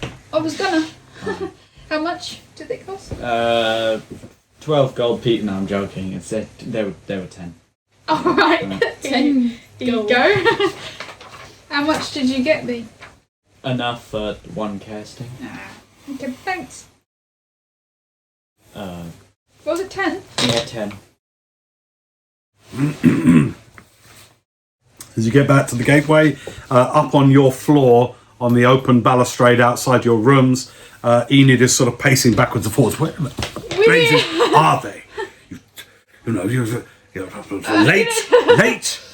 Can't trust these young people. As you're coming up the stairs. Where the blazes have you been? A We was paladin just is never The late. library. All right, well, reading yourself, silly. When we cannot be late They didn't have a lot of clocks in there. for an assembly at Ravenskeep. Are you ready, my friends? Yeah. Yeah. Hell yeah. Well, wearing the look at same you. Just clothes. like comes along and sort of starts smoothing your You clothes said out we a little could bit. read what? Well, you said we could wear anything.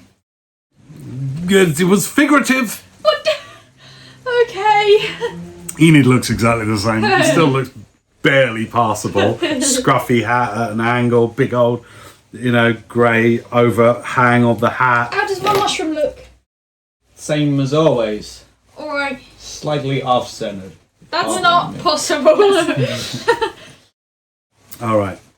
And with that, Enid leads you out into the street and through the city. Now you'll remember the city is made of two. There is like an inner quarters and an outer quarter. You've been in the outer quarter for the entirety of your time. As you walk through the city and you gain altitude through the city as you climb, you Can't breathe. you get close to the inner wall that leads into the inner quarters of the city.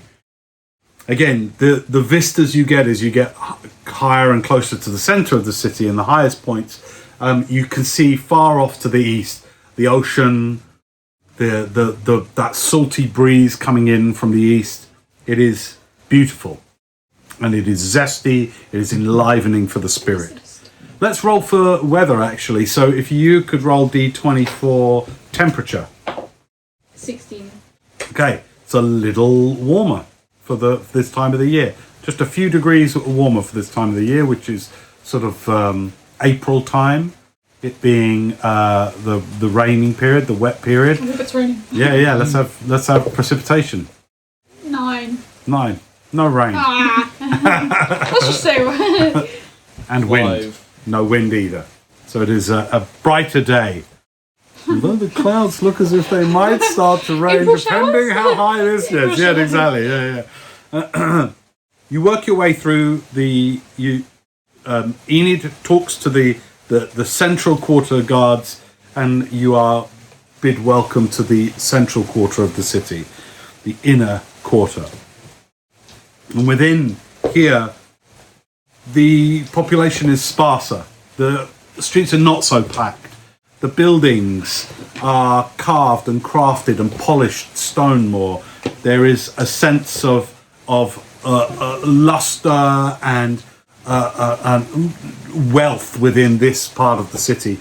And there, occupying one of the highest points of the city, you see a great building that looks like a perched crow, enormous in its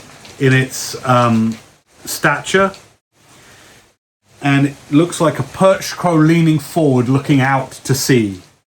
And you notice as you look up at the head of this bird that the beak actually makes up a large viewing gallery across the city and looking out to the east. The wings of this bird are sort of tucked in, and the entrance in its lower belly that scrapes the floor makes for a remarkable piece of architecture, the likes of which none of you have seen before. This huge building, again, crafted and polished to perfection from the black stone, or the dark stone. It's not black like the way Nevermelt was black, but it's dark granite.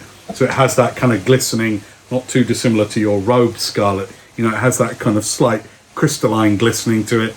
It is a sight to see. And Enid bids it. He says, Ravenskeep. That, my friends, that's where we're going. So it's a raven, They but put it a looks crow. like a crow. Yeah. I can't say that I always could tell the difference. Yeah, me neither, actually. Come on, my friends. The hour is nigh, and we must not be late. Have you been here before? Oh, here and there I've come and gone. It is most grand building. You see the beak up there. We're going to be very much meeting with the Oathkeeper in the head of the bird. In the viewing gallery bit. Well, it's an entire chamber there, an Whoa. audience chamber in the head. Who built this? Do you know? Let's see if I know. You know, for the likes of me, I can't remember. Nora! Nora! Nora! Ah, there's a dog in the street. There's a ridiculous dog. Go on, Get this out you go. mongrel out of our That's it. There's a dog. rabid dog. These dogs just allowed to walk the streets. Disgusting, vile. I don't know why these dogs are allowed to just walk the streets out here. That's it. Come on, then. Come on. Out of the way. Come on. That's it. Good girl. Come here. Come on. We'll get you through. There's a lot of people, ain't there? Look. These dogs in the streets of the town. There we go. It's not a weed. Let's go. Peed on your foot. Yes, it did. I don't know. It must belong to somebody. Anyway. Well, it's built by the founders of the Dales. The electors that first came here, first founded this city. I'm sure they would have had some of the finest masons. Back then, the relations with the dwarves of the Eastern Rim, when there were dwarves in the Eastern Rim, must have been fine. I imagine this meeting, this melting pot of culture and societies must have led to some fine creativity. A kind of renaissance. But alas, the dwarves of the Eastern Rim have now abandoned their homes. Okay, let's stop worrying about who built the damn building and let's just go inside, right? Wendell can't appreciate a good Wendell piece of woke up on the inside architecture. All right. You enter through what would be the belly of the crow, sitting close to the ground, but with its neck extended out, looking to the east. You go through these guarded, open, riveted metal doors with row after row of these rounded humps of strong metal rivets into what is a dark but spacious entrance hall. Here you are questioned by various wardens, the Kendall Wardens, and you also see, accompanying the Kendall Wardens, these sort of really rather traditional looking guards. There are amongst them, dressed in splendid, more silvery mithril armour, with great capes, great silvery capes, each of them with like a, what do you call it, like a crown, like a mini crown, a tiara of thorns. They are introduced as the Sentinels of Silverthorn, the kind of elite guard, who politely but assertively guide you up the various ramps and stairs towards the top of this mighty keep. It is all lit. The smell of smoke is in the air. There are incenses. There is echoing down the corridors of footsteps of other peoples, scholars and law keepers and wardens. But there is that smell of pitch and smoke, because down the broad corridors there are sconces of orange, dirty flames lighting these dark hallways. It is both oppressive and ancient and noble at once, if such a thing could be so. And after many minutes of climbing ramparts and stairs, you find yourself at the top of the keep, in a kind of waiting area that would correspond to the neck of the bird, with a broad staircase ahead of you, leading up many steps, maybe 20, 30 steps of black granite leading to the top. And after a little while of waiting, you are, after all, a little bit early. Yes, not late. Not late. You are led up the stairs by two Sentinels of Silverthorn, who carry with them these great glaives, similar to the one that you have in the bag of holding. Yeah. These great No, it's silver in glaives. It's in a like a locker. Remember, it got put away. That's true. When Oh, you're yeah. on entrance to the city, yeah, correct. But similar to ones that you're familiar with, they have these great glaives. They lead you up the stairs and to a set of 4 doors. So these are double doors that would fold. You know what I mean? They'd open, they'd fold into each other to open the entire wall ahead of you. At present, they are closed. The sentinels of Silverthorn turn and face you and say, "Bid you wait until we hear sign of your meeting, of your council." Enid goes, yes, we'll wait. He takes out his pipe to have a little smoke while you wait for the appointed hour. Flanking you are 2 of the sentinels of Silverthorn, very tall, 6.5, 7 feet tall soldiers in bright silver mithril, their impressive glaives and their stillness as they wait, as they watch, as they conduct their duty, as the seconds pass. As the council on the other side of the doors prepare themselves for this, what do you call it? Not emergency, but certainly this inopportune, impromptu, that's the word, impromptu meeting. Did you want to say something? No, can we? Can I We can't tell them to go. It's fine. It won't be picked up by that, I don't think. Alright. So as you wait outside, Enid sort of paces backwards and forwards a little bit, just puffing on his thing, mumbling to himself.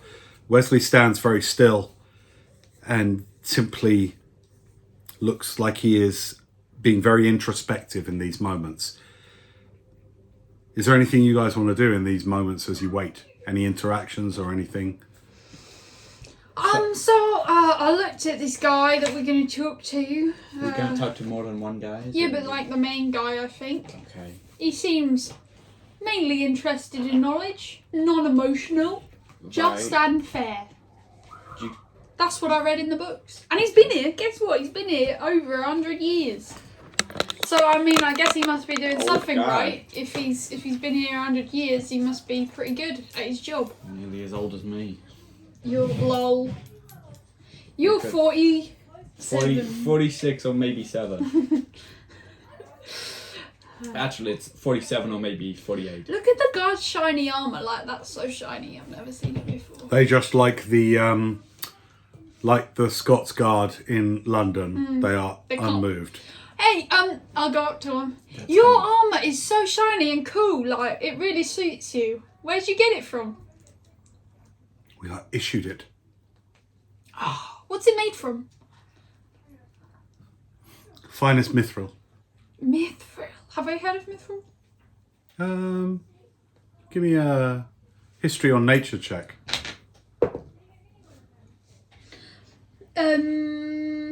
18.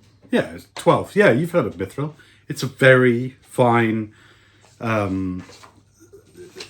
silver, but it is a hardened silver. It's very precious. It is great for channeling arcane powers through. It is historically and almost stereotypically one of the earliest conflicts between elves and dwarfs in terms of laying claim to it. The dwarves were particularly adept in the first and second age at finding it and mining it. And the elves were particularly good at crafting it and channeling arcane power through it. So yeah, it's very commonly known in terms of its abilities to protect and hold magical power. Well, you guys look really, you know, like it suits you all well. Thank you. Of course.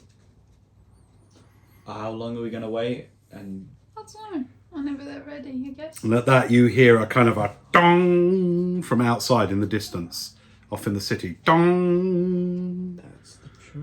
dong, marking noon. And at that, the 2 sentinels adapt an at ease thing, putting their glaive out to the side, turn to face the doors. The doors, there are 4 of them, kind of collapse like you know, like they are joined, like modern, like like modern fold, garden doors. yeah. Yeah, they fold, so they go and they open out. On the other side, you see a column of sentinels of Silverthorn, all standing looking towards you. So there are 1, 2, 3, 4, 4 on each side, forming like a natural pathway for you to walk. A announcer, a caller, calls out, "Welcome to the High Council of Raven's Keep. Enter, travellers.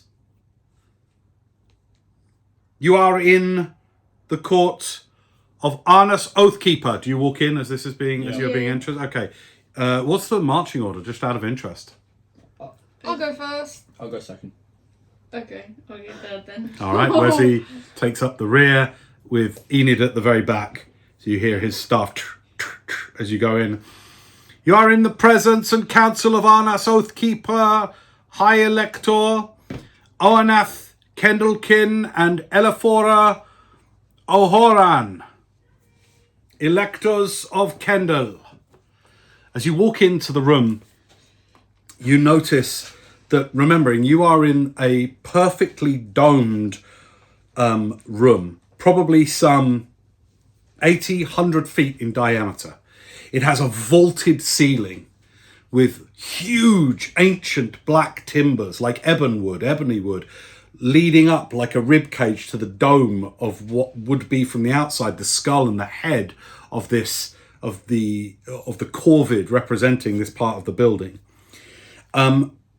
Near the front is a huge dais, multi-tiered dais.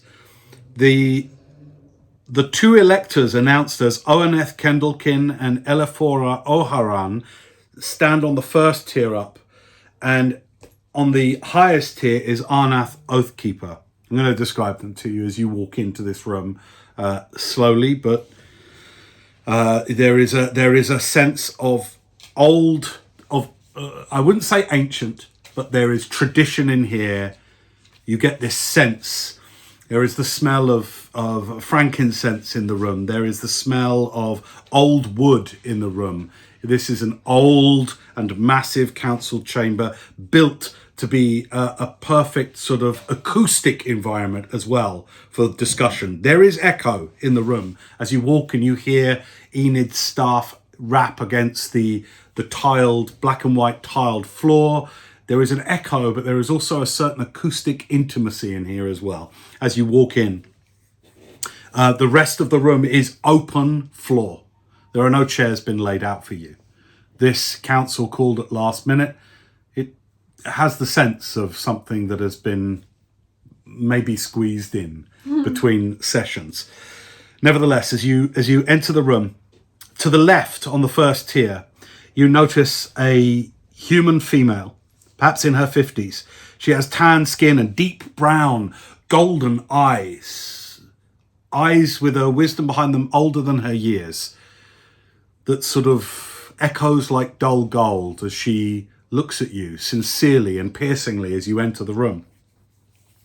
She wears ceremonial half plate with intricate inlay and overlay of various gold hues and brass filigree within it as well.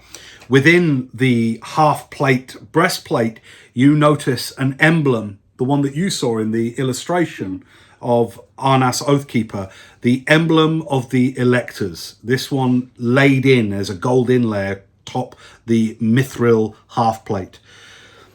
She has, this is Oaneth Kendallkin. She has a shaved head, but it is not skin bald. It is that you see white stubble across her head. She looks at you with a stillness and, like I said, a piercing sternness, but not unkind. What's her last name, sorry? Kendallkin. To the right on the first tier, you observe Elephora Oharan. This lady is shorter, half dwarf. she has almost a purplish hue to her otherwise almost ashen grey skin. White hair in tight plaits all the way round her head. She is dressed in stately looking leather trousers and a tight pinched in blazer. The blazer itself is of a type of supple soft leather, and it is tied with twin leather thongs and a silver sash. Likewise, upon the silver sash, you notice the embroidery of the electors. And on the central tier, standing still and observing you enter, Eliphora's bearing is more kindly, her head semi-cocked, with curiosity in her eyes as you walk in.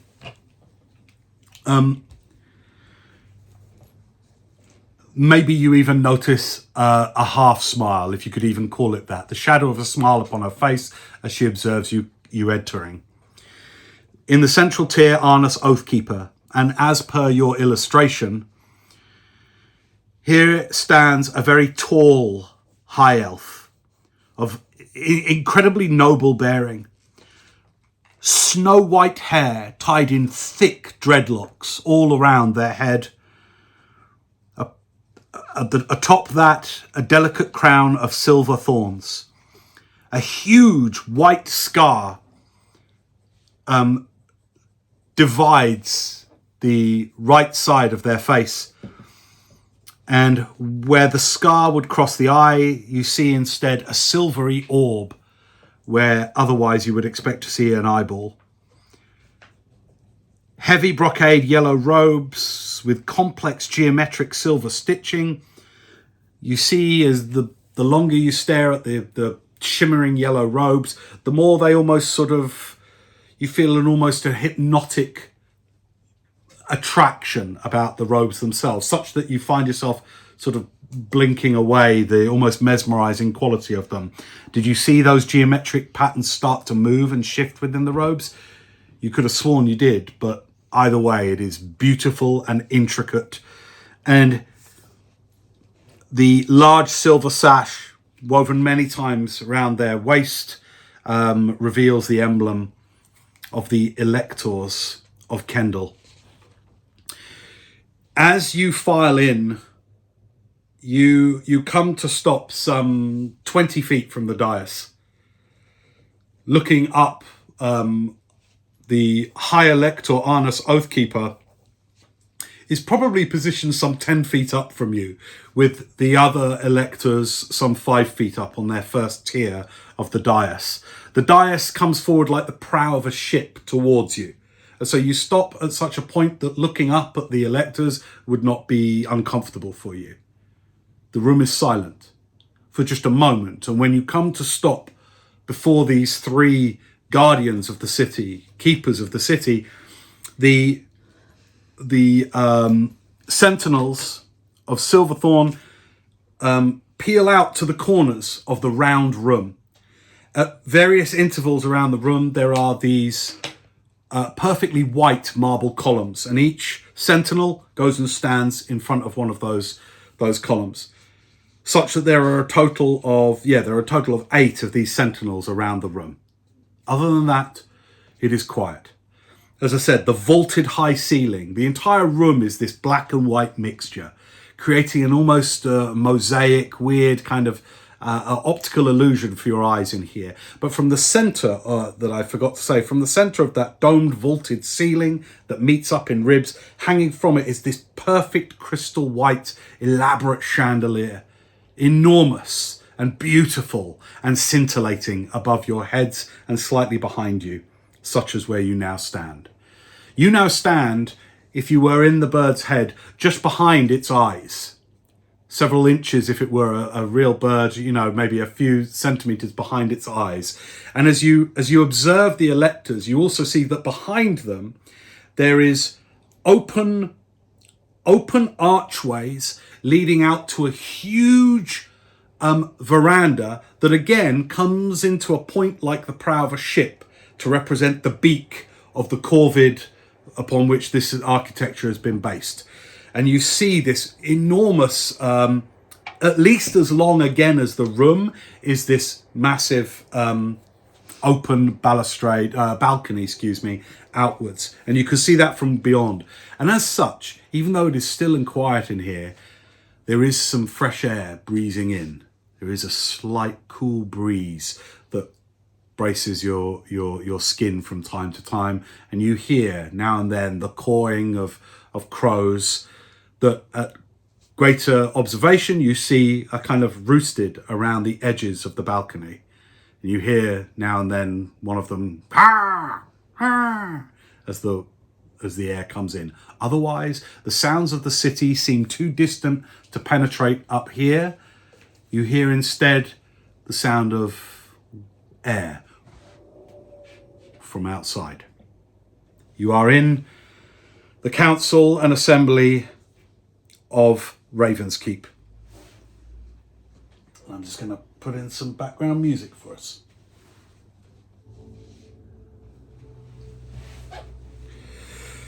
Arnas Oathkeeper addresses you all. Welcome, travellers.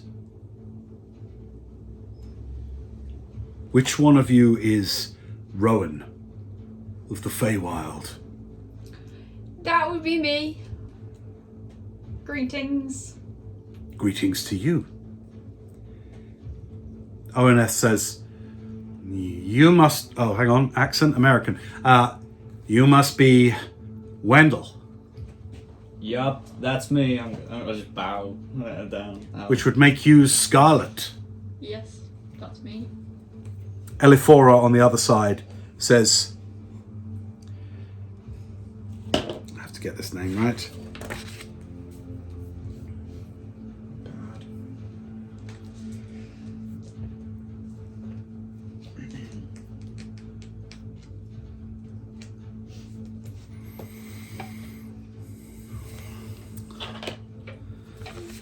Bear with me just a second. Why did no one else bow? Now I feel You made a fool of yourself. we don't do that here.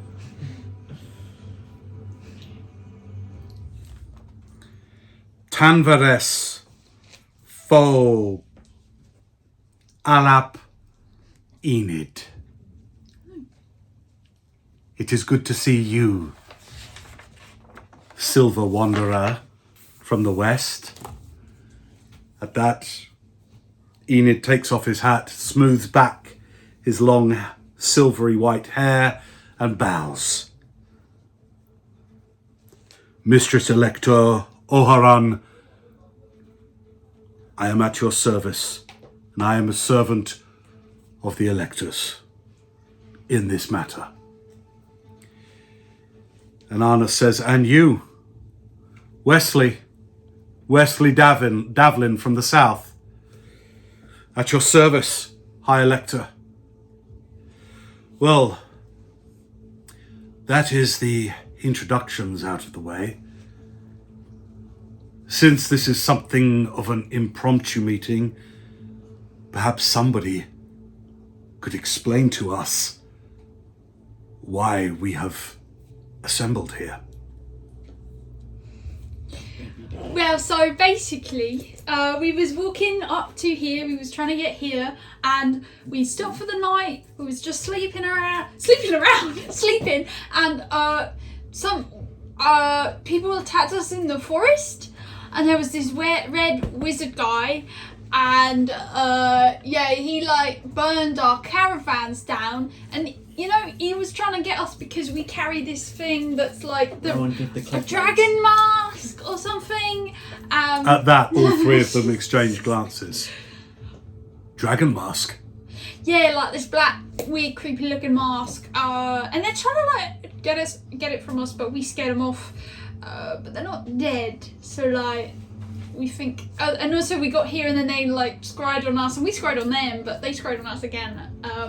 And so they basically know where we are right now. Who amongst you has the mask?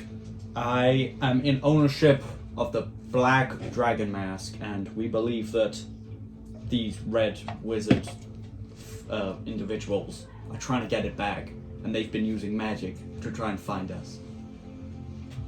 It's in our bag of holding. It's in my possession.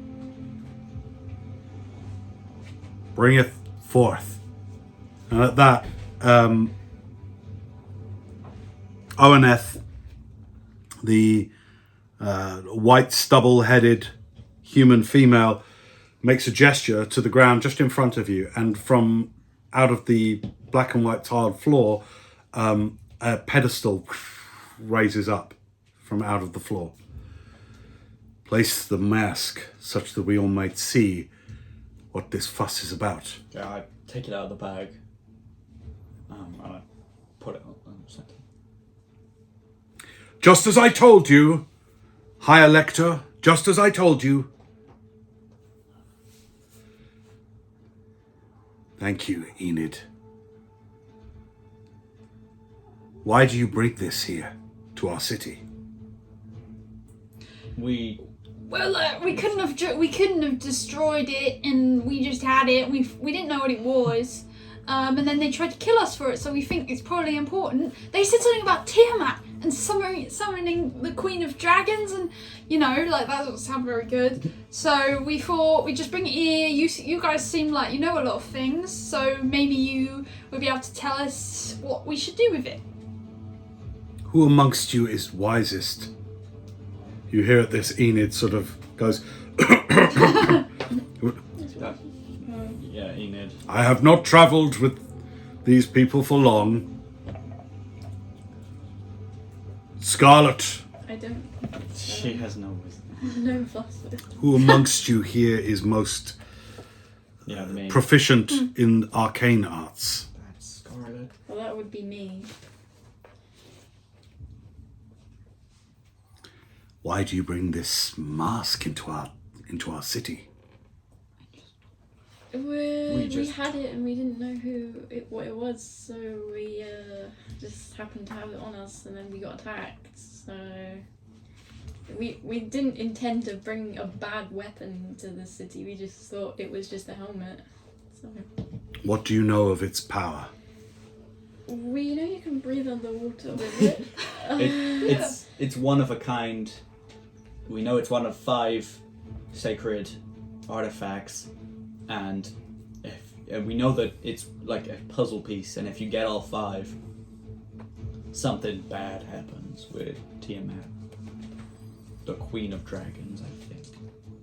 Elephora, the one on the to your right, speaks up. I can't read the accent for her. Something bad happens, all right. It would make like a queen mask, the dragon mask. One is formidable, all 5 together. Now that would be something terrifying. What know you of the other 4? I think of the other 4. I think Wesley. Actually, She addresses you, so I can't. I'm doing this. So, what know you of the other 4? The other 4 masks, I mean. We don't really know anything else know about them. one of them is in supposedly really safe hands. The red one. The red one is being kept by Wesley. Who do you say? I forgot. I don't know. This is a long time ago. Okay. So yeah, we don't really know much about the other 4 at all. A really powerful woman, I think. That's what Wesley. What know we of the other 4? Their whereabouts? What do we know amongst us? Nope, nothing. Nothing. Pretty much nothing. We never heard of these until like literally the other day.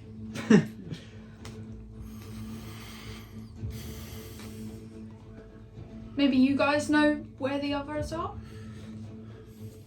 Enid speaks and he says, well, there is talk of the white mask to the south. I have heard rumors in the air. Only rumors, mind. Enid, you wily wanderer, what do you know? Tell us. Oh, no. I have searched and I have gotten maybe hint on the wind of something to the south. But it is rumors. It is nothing but rumors.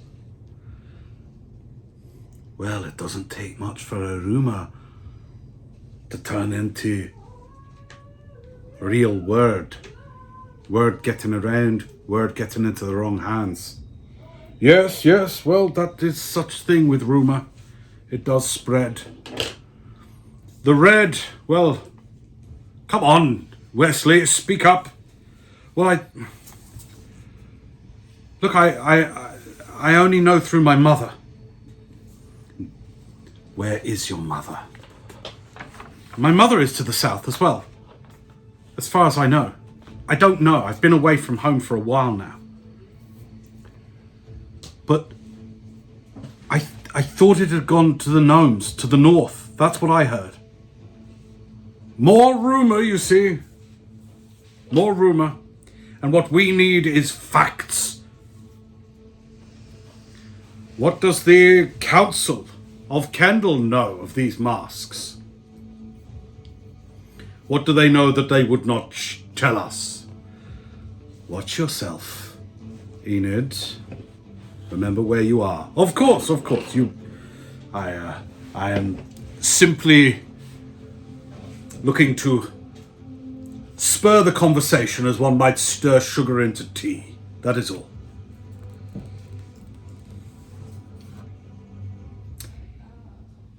What would you know? What would you ask of us? Well, we didn't know if you had any suggestions of what we should do with it, or do you think it would just be safer to keep it on our person? You are asking us what we think you should do? Yeah, we thought like as the authority here, maybe you would have some suggestions. Well, what are your suggestions? What would you have us do? We need a. This is your property after all. Yeah. We need to find the other ones No, we don't want them in the shouldn't same do place. that. and move them apart and make sure they're not in the hands of the Tiamat red wizard thingies. So do you know, like, these can't be destroyed at all, do you think? You cannot destroy these masks. You can but ensure that they are kept in safekeeping. Yeah, like if they could be encased really far down in the earth, or, you know, indestructible vault, or in the hands of a really powerful wizard that could kill anyone that came after them, or like in a whole other plane of What do you want of existence. us? We I don't know, Enid just said we should probably talk to you guys about it. Well, you are here. You have an audience with the keepers of the city. we thought you'd have the information and abilities To do what? You bring to us your property, an item that you know. Its power. What would you request? What do you want to know? Where you think we should put it so that they can't get it. If you know of any safe houses or places for it to go. That kind of thing. You will give us a minute while we confer. Alright, yes. Yes. Okay, they move to the back of the dais into the first tier kind of raises up a ramp and joins the second tier, and they go to the back of that area to talk. At that, Enid comes over. This is the best that we can manage. We have very limited time. What do you want to do with this? That is a factor in this. Oh my god, I just... We just- No, stop it. Oh god. Stop it. Listen to me. Listen. New to this world you may be. In your first few decades, all of you may, not you, but most of you may be. But you have as much right, and you need to have as much responsibility for what it is you carry, rather than to just expect from authority. What is it that you would do with such a thing? Do you want to keep it? Do you want to put it somewhere safe? We want to put it somewhere safe. That's what we are asking be free them, of it. to see if they know a place to put it. What if there is nowhere safe?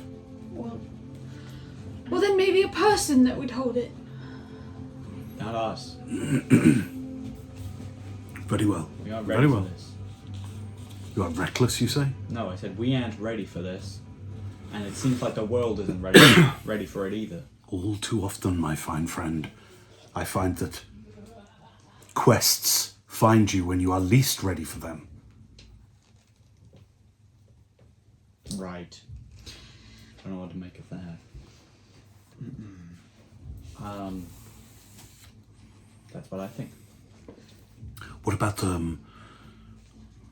what would be your ideal situation to happen here, right here, today? What would be your ideal I situation? know of someone who can keep it where they can't get it. Or a place where they can't get it. Yeah.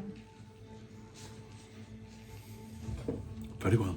That is as good a decision as any. At that, a few more minutes passes before the electors walk back to their place.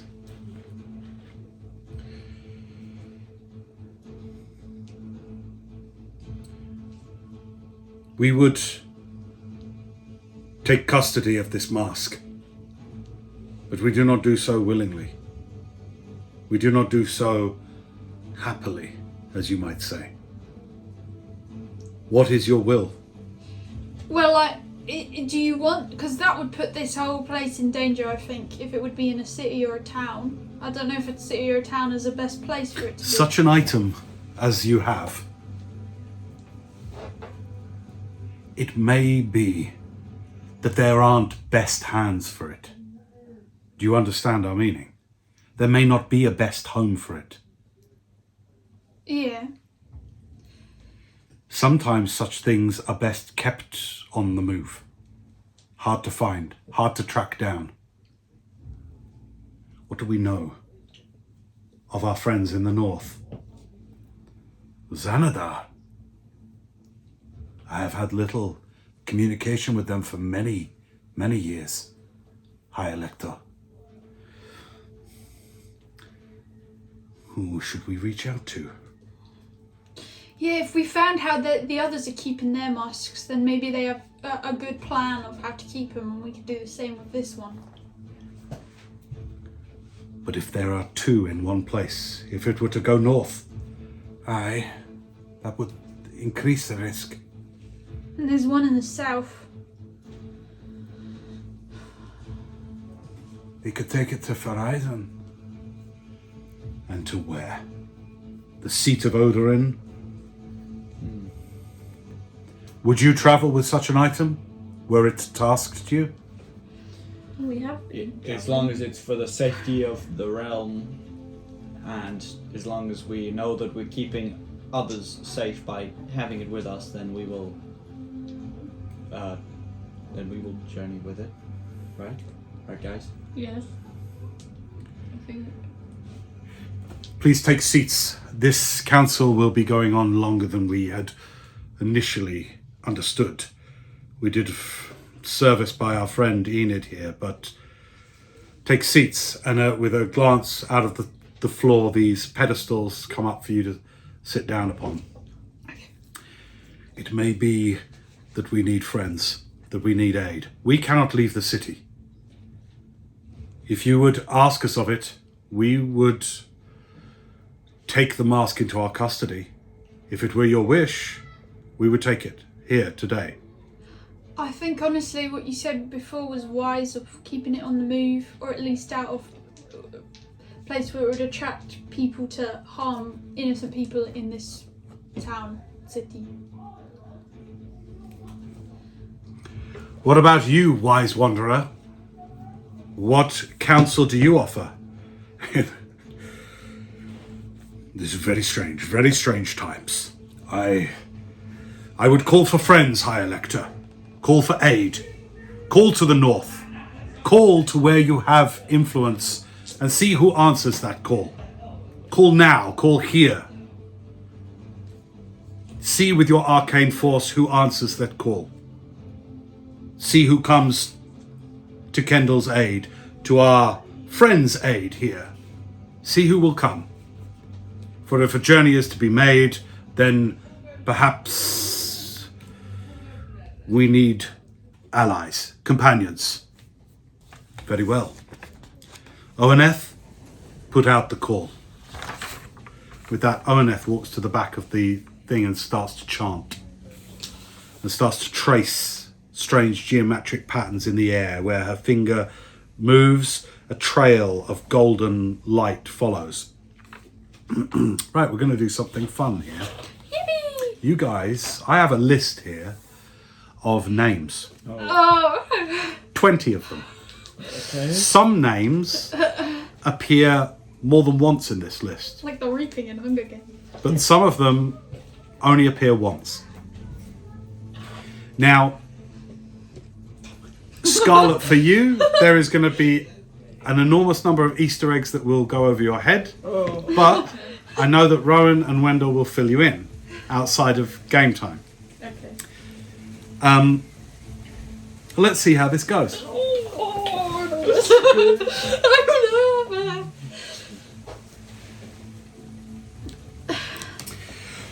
At this, Oweneth Kendallkin raises up a sort of, as she continues to make these geometric patterns in the air. She like traces out a huge screen of this glittering gold, and it falls like dust, drifts down like dust, to create a sort of screen, like a cinema screen, behind the dais. Quite vast, some 20 foot wide, 15 foot tall, widescreen, screen of glittering gold, shimmering gold. It is both portal plus viewing screen to those that they call upon. It takes her some 10 minutes to cast it, during which time, if you guys want to interact in any way, or talk to Enid, or to Wesley, if you want to ask questions, if you want to learn something or ask opinions, this is a time for opinion, for interaction, as you please. Do we really want to travel that far with it, like they said? I'm here to. My oath is to like protect others from extraplanar forces. This is what I meant to do. I know you guys don't have any strings attached, but I've got to think of my wife. Yeah. Well, She's probably in danger as we speak, and well, I believe in fate. So, if you're here with us, then you're probably tied to this as well, somehow. as long as my plane can be accessed from anywhere on this one. I feel like maybe, just maybe, I have a way, but The thing is, I'm not even sure if it's safe in our village anymore for her. If I found her, what would I do? I don't know if I could take her home. I feel like if I get enough, if I spend enough time with my powers, I might be able to one day cure her of whatever afflicts her. But I can't do that now. You want to go home? I want to find my wife. How much will that cloud your judgments if there is a greater quest ahead of you first? I put my wife above everything.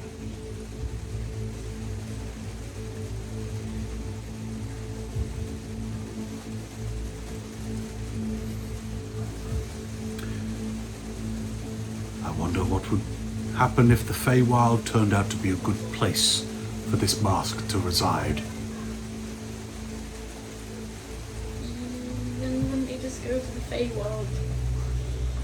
It's not as simple as like, You just go there.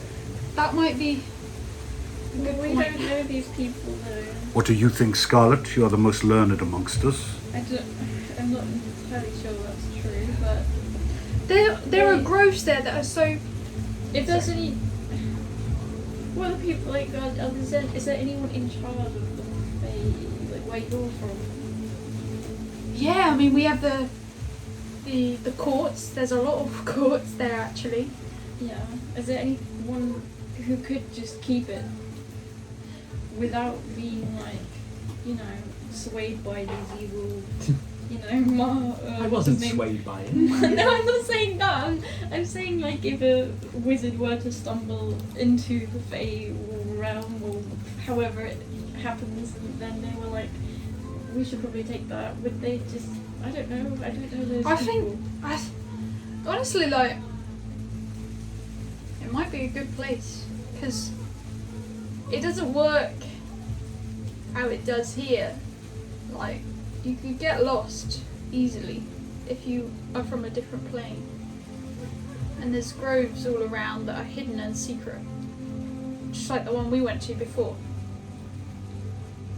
If they collected all 5, would they be able to just take it and they took over whatever they're taking over? Would that include the Fey place? Yeah, I don't know. Well, I think it's mainly just to make that main dragon mask, and Yeah. then Oh, and then so they. What are they planning on? Are we, I guess with we the don't know. mask, I think it is connected to Tiamat and like bringing her here or somewhere. Isn't she trapped in somewhere? Did someone say that? I don't know. Someone said that definitely. I ran out of time. Might I have was been gonna me. look at Tiamat in the library, but I just ran out of time. I don't know much about her. Only from the bedtime stories I was told. Well, maybe we should go where you're from and give it to somebody there. Do I know if like who is there like of my kingdom, which is Elfame? Yeah. Kind of, is there like a main presiding king or queen? Or... Do you remember from the lore I sent you through? Do you have your phone here? Yeah. Have a little check through our messages because that's all you know. Okay. I'm pretty sure it was just about places and not people. But let me have a look. I would say you would know about them the same way we know about our royal family. Yeah. To you, it is a detached and distant idea, and one that I would imagine you're not, because you didn't indicate your character's particularly political. Then perhaps you would have a vague idea.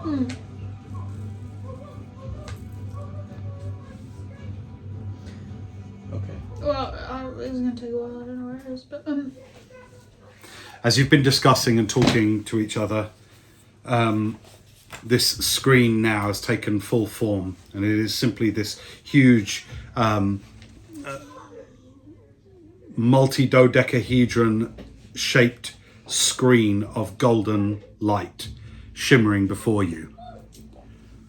I must congratulate you, Kendallkin. This is fine enchantment. That means much coming from you, Wanderer. There is no sarcasm in her tone. Arnas turns now to you. Such a call for aid is not as directed as a sending message or as a scry as such as you are capable of. This is more random. There are allies we have, and beacons that they are able to answer to. There may be no reply. All we can do is, all of us now, put forward your intention into the screen of possibility and see who answers the call of Kendall in this strange, complex issue of the Black Mask. All right, here's how this is going to go. You're all going to get to roll 1d20 once, only once. I will say that on this list there are blank spaces, and that means that your group call, it reaches nobody. Okay? Each person you reach has the capacity to also come through if they will, but they don't have to. They may just communicate with you through the screen. We shall see with each roll. Would anybody like to roll first? I'd like to go first. With that, the 3 electors, led by Arnas, then Oaneth and Elefora, begin to chant. Enid, you notice, under his breath somewhat, also joins the chant with them. Nal Nathrak, Una Niente, breath, and it starts to sort of fill the room somewhat. And with that, you are bid to call for aid, to request help. Roll d20. 7. Like space, baby.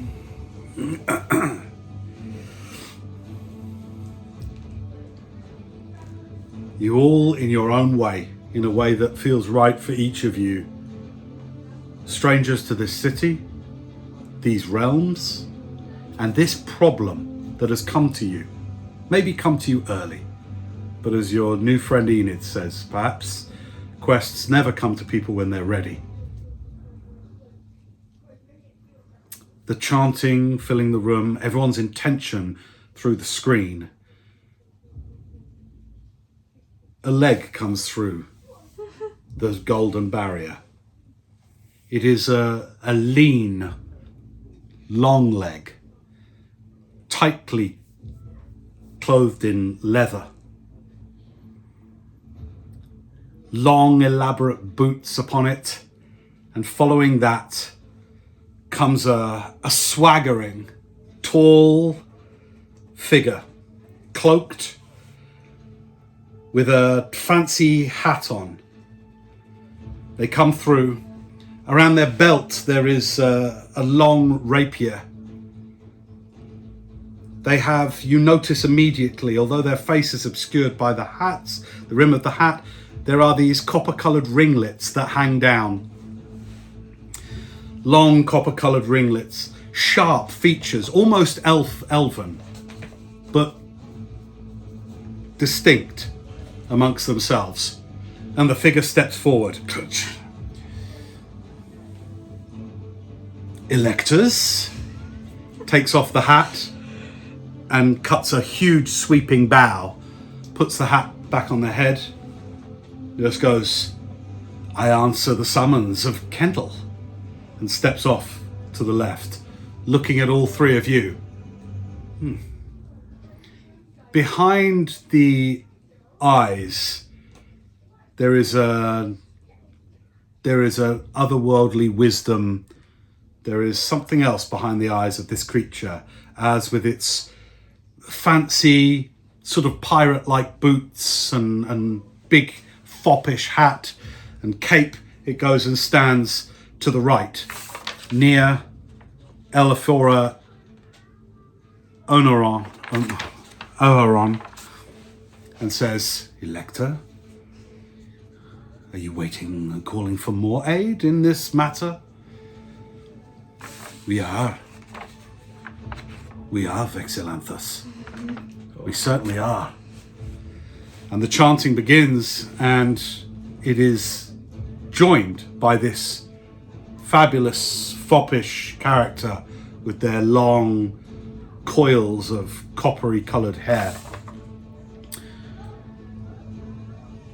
Who would like to roll d20 next? You go. Me. 14. Listeners from campaign 1 are very happy right now. Still laughing. Wait, what did you roll? That's 14.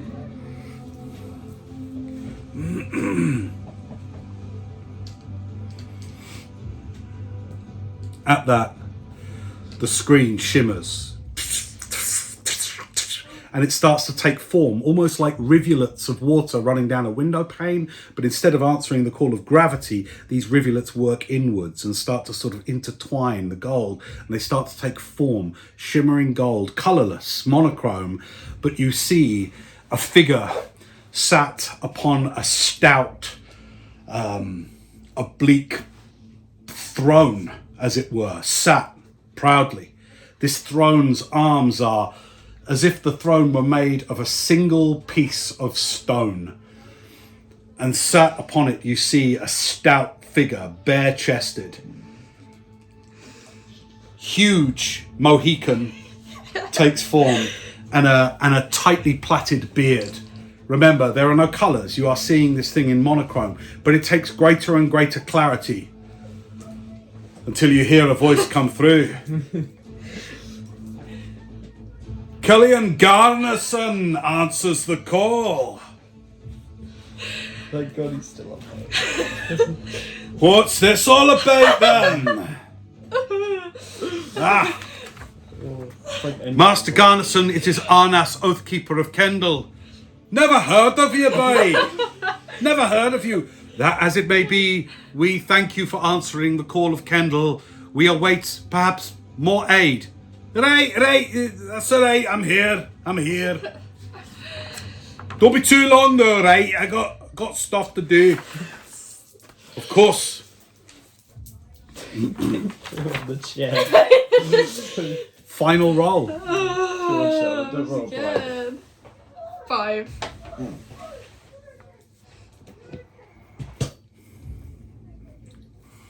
Oh, the smile.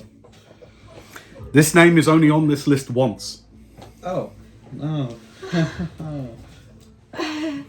The golden screen. Actually, you have to roll this one again because it's from the same location. It's a different person, but from the same location. So roll again. 16. 16. Okay, well here's someone new for all of you. Not coming through the screen, not appearing in such a way, but nearby you hear a and the whole space seems to waver and a black kind of energy and standing there in the chambers with you. You see, tall for a half-drow, white hair, light, perfectly grey, alabaster skin,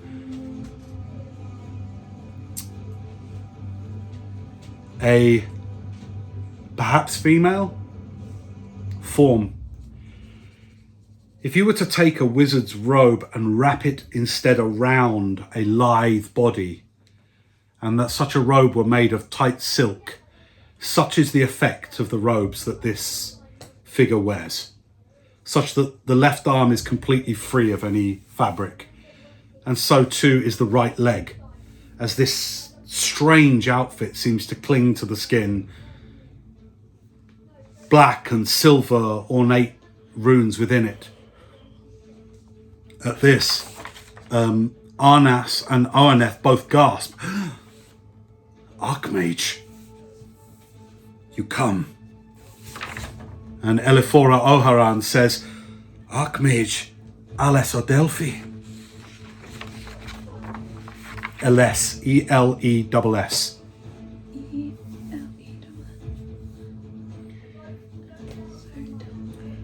We were not expecting one from the Tower of High Magic, especially you to come today. Will I answer the call? Do I not? And she immediately looks to the mask and looks around the room. What is this? And then she looks to Enid. And you hear a soft chanting.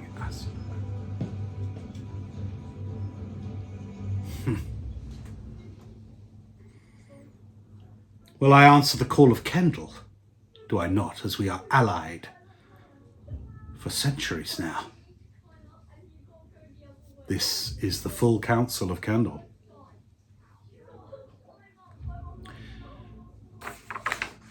Arnas looks to one of you, to all of you three, says, perhaps one of you, perhaps we've heard enough from you for now, one of you two could explain why we're all here.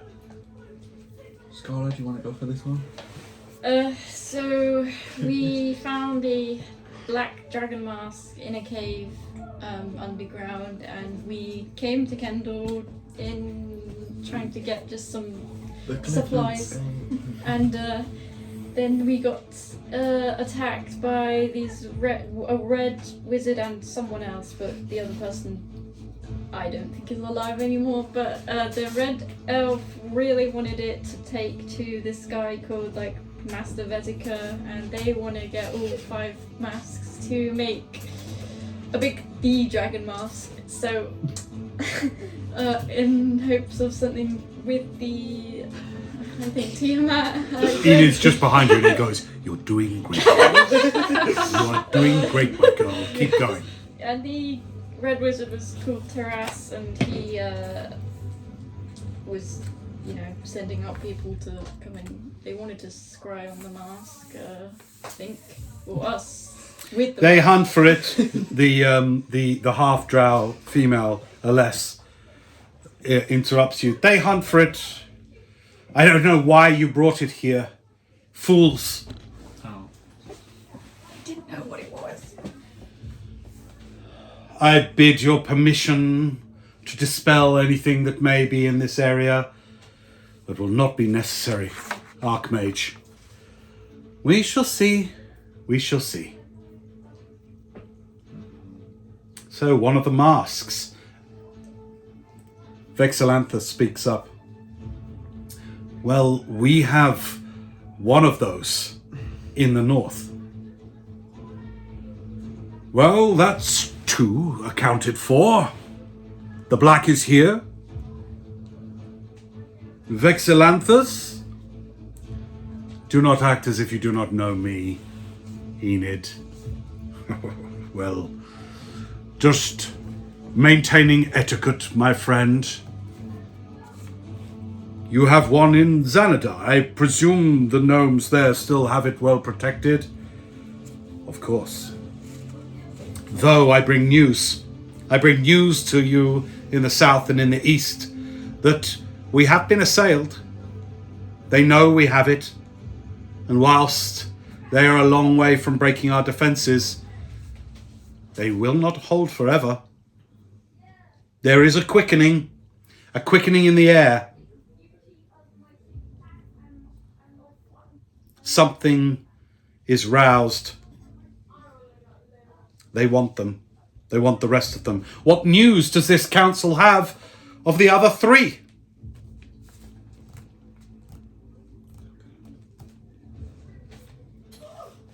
Well, we were talking about the white being somewhere in the south, but we're not sure where. Wesley goes, well, I might know where, actually. What the hell, Wesley? I just wanted to be free of these masks and my mother and my grandmother. The white is somewhere in the region of Curfton. Somewhere. But the hallowed ground prevents us identifying it. Its exact location. But this Vexilantha says, ever was your adoptive grandmother perceptive, perhaps, of future events? Well, that's 3. And at this, Archmage Aless says, the enemy have the other 2. Oh God. And with each one acquired, they gain more power. You know this.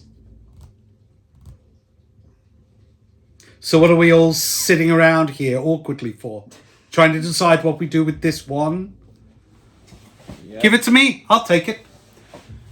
You think the faction of the worm will gain access to the Tower of High Magic? I will take care of it.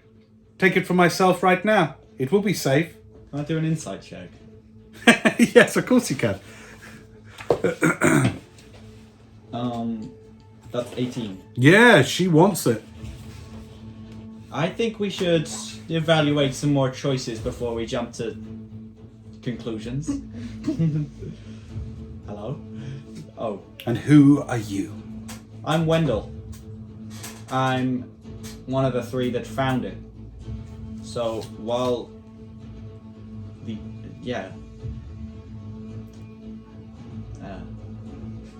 Why did you not keep it? Why did you bring it here?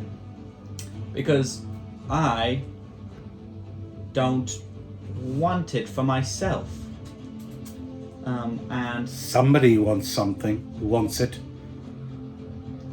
Well, actually, The faction of the worm want it, so I put it to the council.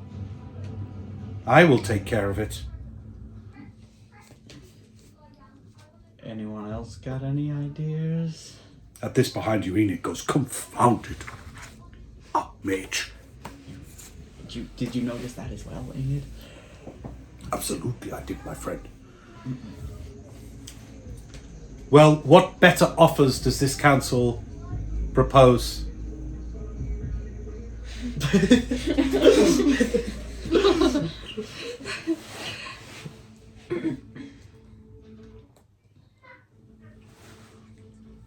What better options does this council propose?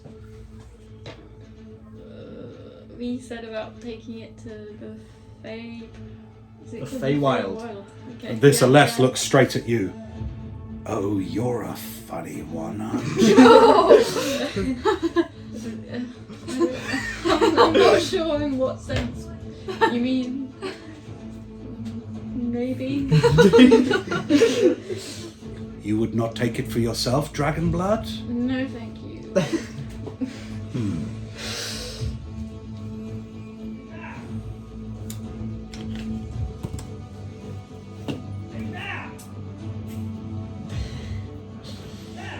Alright. At this, Kilgar says, what are we all doing here? This is the figure in the screen. Killian Garnison. How can I help? Unless there's something to hit. I don't know why I'm here. You look like an authority figure. Do you have like I'm sorry, I'm just being polite. Do you have like a keep to keep it in? We're looking for a safe space for this. I used to wear one of those around my neck. I helped find the white one. Oh, yeah. Look, I'll speak to my friends. I'll speak to Danae. Perhaps we can round up and keep the white one safe somehow. That's my promise to this council. Anyone want to throw in about that? Vexillanthus just goes, not at all, Kilgar, not at all. You must do such things. Get digging, get searching. Digging! Stop digging. If I need digging, I'll get you under my arm and I'll use your claws, dragon. So the figure in the screen refers to the curled haired figure as a dragon. Before going, what do I say? Over and out or something like that. Anyone got anything for me? Anyone? No. Alright. Well, let's do another one of these when maybe we've got another one of these masks. We can figure out which one amongst us is the least corrupt, shall we? To look after it. Oh, you've all gone very quiet. Alright, well, bye! It comes right out the screen. Bye then! And then the screen goes gold. That was fast. Well, this is good. This is good. We know the white will be hopefully looked after by powerful allies. And the red, you say Vexillanthus is up north and it is safe for now. And the enemy have two. That means we are sort of at an advantage, surely. Okay, well, sure, we know the other two that we have are safe, but one of them isn't, and it's sitting on the pedestal right there. That's not safe here. I do not need your permission to take it. But it's our Actually, property, you do. so you cannot do, otherwise that's theft. I have powerful allies. I'm joking. The sense you get is of a cat ready to spring from this archmage as they stand there, eyes fixed on the mask. Such a thing would be useful for my studies. That's not the point of it. The point is to get it away so the others can't get it. They will not get it while it is in my protection. But You seem very sure of yourself. How can we You- be sure of you?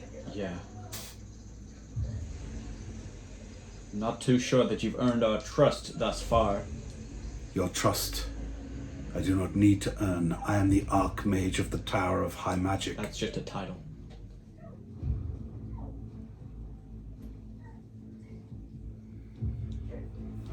Arnas, unless you are taking it into your safekeeping, you understand the wisdom of giving it to me. Arnas says, do not make me invoke the Oath of Kendall. I think there's wisdom in getting it off of this plane. I think Scarlet mentioned the Feywild before. I think that's a good plan. Do you have passage? This is Arnas speaking. Do you have passage to the Fae? Maybe. I think so. I think I can do it. You can get to the Feywild. I think I'm just. I mean, I'm from there, so like, shouldn't be too hard.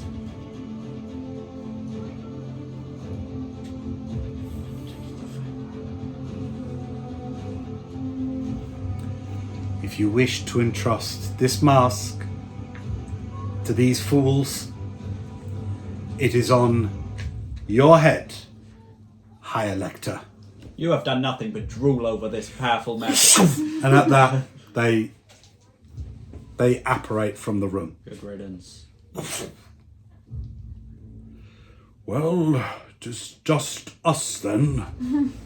What are we to do with this mask? The Feywild. All the others are supposedly on the prime material, so the furthest you can go away from that with the furthest safe place you can take it. Echoes through the entire room, an enormous that shakes the very foundations of the room. Then silence. Then the walls behind you, near the doors, absolutely cave in suddenly. You hear an enormous roar come through the now massive hole that has opened up some 30 feet, 40 feet behind you. At that, bricks, marble, ivory pillars collapse in, completely blocking your exit through the doors. Several of the rear of the head of this council chamber just collapses in, such that the back third of it collapses in, and all you hear is a great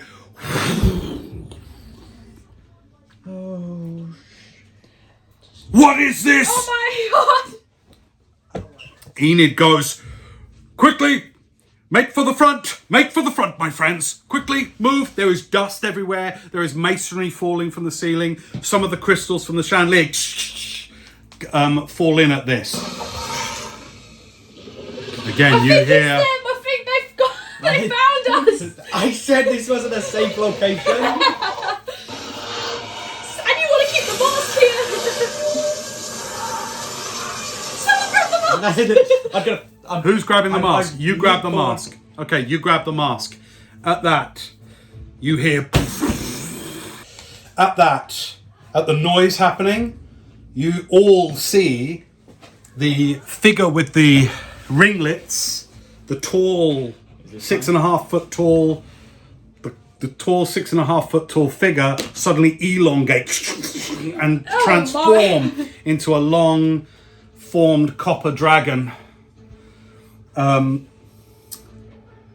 is your only other ally in the room. Oh, only. Wait, I drew. Okay. A copper coloured dragon. The pirate guy. Some 60 feet long, sort of almost looks like what we would call an Oriental or like a Chinese dragon, like long copper coloured coils, just like grows and starts to wrap around. Looks around. out onto the long balcony, the huge balcony that's outside, and out there you all see, although you five here don't have a clear view of this, but the whole ground shakes several times, like literally like that, as you hear something land. And out on the balcony, an enormous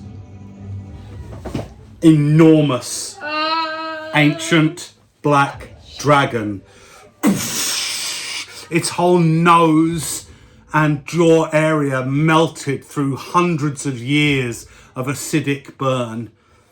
Massive horns dripping with their own ichor curl and curl and curl to the side. And on its back, cloaked in black with white hair and white skin, completely black cloaked, its rider upon it. Did they take my gun when I entered the city? Yeah, I think they did. They took everyone's weapons. Oh. You've got your crossbow. For fun's sake, we'll say you've got your gun, just because I don't want to fuck about. Pretty sure I don't want to fuck got about. my Just gun. you got it. There's some things that I Think just about like. that. Why fuck about? Do you know what I mean? Do you have your frostbrand? I have my frostbrand. Yes, and you have your. I have Spells. spells. Yeah, absolutely. I had it like a Dagger or something. yeah. I'd like everybody to roll initiative, please. Holy shit. Oh, yeah, you rolled the name. No! 0. You don't go.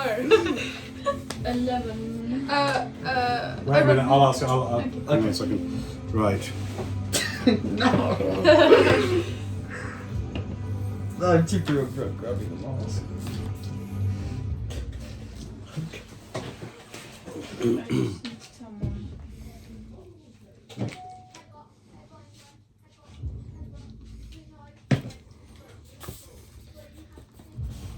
This is the great black dragon, Asita Karachnid. That's who I said Oh, they yeah. were. I thought they were sending. Yeah.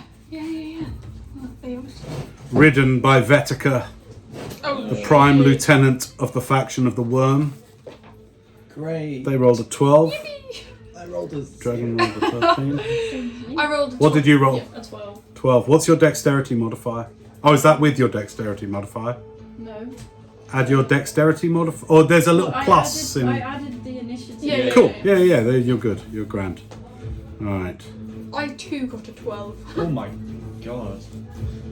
Scarlet. Who's got the highest dexterity out of you two? Me. Okay, so Rowan and Scarlet. What did you roll? 0. 0. Something Okay. doesn't go. Let's roll. You roll for Enid. 12. 12 What? Everyone's rolling 12. plus. Okay. Okay, good to know. And Controlling the dragon. who else is with us? Wesley.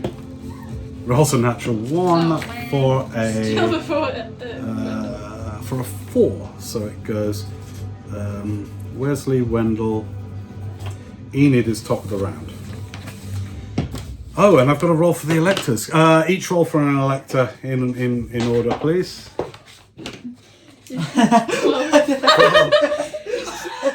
12. 1. How weird. I rolled So 2 natural ones. ONF goes after Enid. What did you roll? 12. No way. Then Arnas. That was 1. Wow. There's 3 natural ones this combat and like Therefore, 4 12. Oh, and Vexy. God. No, 12. Copper dragons are nice, by the way. Okay. Just so you know. Usually. All right, I've got to write this down. Enid, followed by ONF, followed by Arnas, followed by Vetica, followed by a CT. I'll just call it a CT for short. I think would kill us if it breaks more. Then I don't think you understand the gravity of this situation. Probably not. Luckily, He doesn't even have the black dragon mask and he's controlling that thing. That must be. He just might want to do it. He just that will. don't worry, you have advantage on checks made to talk with dragons. How's the eyebrow? we talk about this? Why are you that guy? 5th level and 1st level. Okay, It's fine, we've got a lot of people. Enid goes first. We've got Enid. My friends, do not be scared. Do not let this great threat from the east, excuse me, do not let it quash your spirits. Be strong. Remember, such quests come to those worthy of them. You all get to add a d12. You all get an inspiration. So you get to add a d12 to a roll that you want. You don't have to now. When there's a roll, you can choose which one it is. It can be an ability check, a saving throw, or an attack Do I roll. have to announce it before you roll it? Yeah. Okay. And then they are going to cast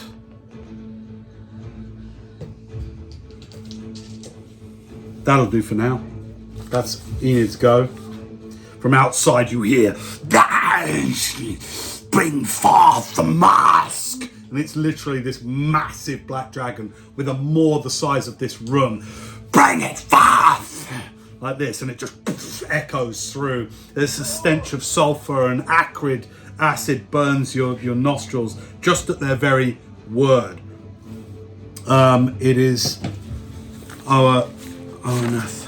I wasted a first step trying to catch that person. Yes. I've got one now. Still got- I must protect the city. I will summon the Silverthorns.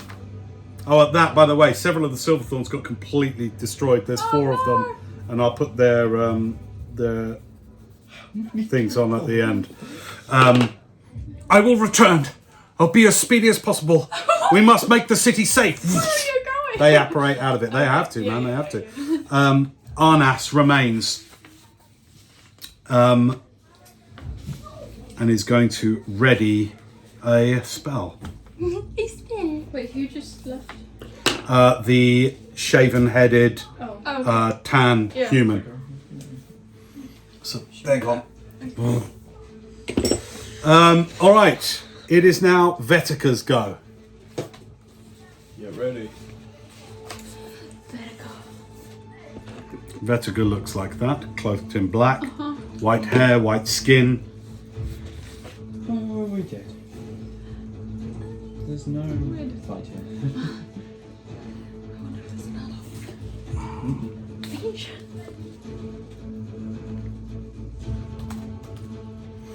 They are going to cast.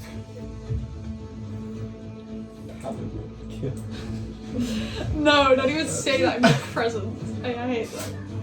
Disintegrate. Is that worse? They're going to cast a lightning bolt Oh, okay. Oh, through at Vexalanthus. No. what about the pillars? Sorry, I mean I don't know him. No, they're fine. They move and they cast it. Vexalanthus gets hit with it. Now, I've already pre-rolled a whole bunch of averages here. For reference, do the pillars offer any cover? Sure, I mean, they're 5 foot wide. So if you so want it, then yeah. Okay. That is Vetika's go. Now it's the dragon's go. They move to here. And they breathe. Oh, yeah, we should. From out of its enormous Stand mouth, there, a 90-foot long line of thick, sticky, black acid shoots from their mouth. It just come forward. You can see it through, like, it's not fully in your vision yet, just because of how you are in the room with the dice in front of you, but you hear this huge thing move, and just the tremor of it's moving on the floor, the walls and everything is terrifying. You hear this kind of sucking in, and then and through that central gap, nothing but black, viscous, sticky acid fires through. We're standing in a line for it. I'd like everybody to go ahead and make dexterity saving throws, please. Good time to be. Okay, I'm gonna do the thing Enid said and add the d12. You're going to use your inspiration? I guess Good I'll call. do that, yeah. Good call. Oh, Okay, you roll your dex save first then. Oh god, it didn't matter. 4. The D12 equaled out my -1 modifier. Okay, 4. Okay, I already rolled. So I Now, can't- all I would say is, you actually everyone except you rolls. You're not in the 10-foot. Oh, It's lucky 10-foot the only wide. guy that could- You're the only one that doesn't save. What did you roll? 12. Dex save. Yeah, 12. With your inspiration? No, because I rolled before I could add You it can on. add it afterwards, sorry. Okay. 20. 20, good. Go ahead and roll your I dexter. rolled the 20 already, but I'll add the 12. You don't have to if you don't want to. No, I want to. 17. Great. Okay, good.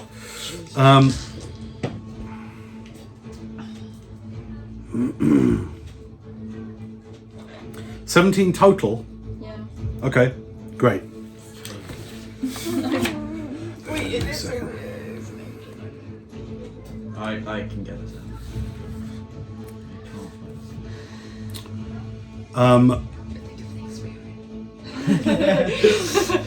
You take 67 hit points worth of acid damage. You take 67 hit points worth of acid damage. That's half. That's just me being dead then. Sorry? Did I fail? Yeah. Oh yeah, I'm out too. Yeah. Oh wait, no, not my bad. We should have left I immediately. think I'm like minus 30 something. No, don't worry about that. Wait. What? You need to do the correct maths here, actually. Well, I have 36 total, but then I just got 67, right? Yeah. So you're at 0. Oh You're at 0. my You're God. okay. Yeah. You're at 0. close to being an instant. Okay, literally, the last thing you see, you are just engulfed. You are just, you look to your side, literally, as you see go past you, your friends look to you, and then it just washes over them. Washes over them, and you are toast. You are toast. Sweet.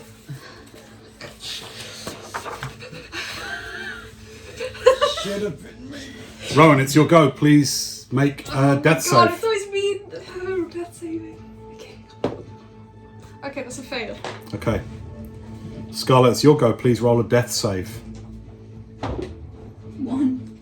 I have an inspiration. So that's two She's failures. She's got a normal inspiration that we could re-roll them. Do you want to re-roll it? Not right now. Okay, you get 2 failures. Wait, why No, it's do I get okay. 2? You get 2 because you rolled a natural 1. Please re-roll it. No, it's okay. It's okay. Let's stay in it. It's fine. You made the Should choice. I re-roll it? Yes, You made your choice. Okay. Okay, I already did it, right? Yeah. So I have You get to 2 do it. failures. 2 failures. Wesley is out. No, Wesley! No! He gets a failure as well. Okay. Wendell, it's your go. Okay, You see this happen. What do you do? I gotta remember. Lost name. Okay.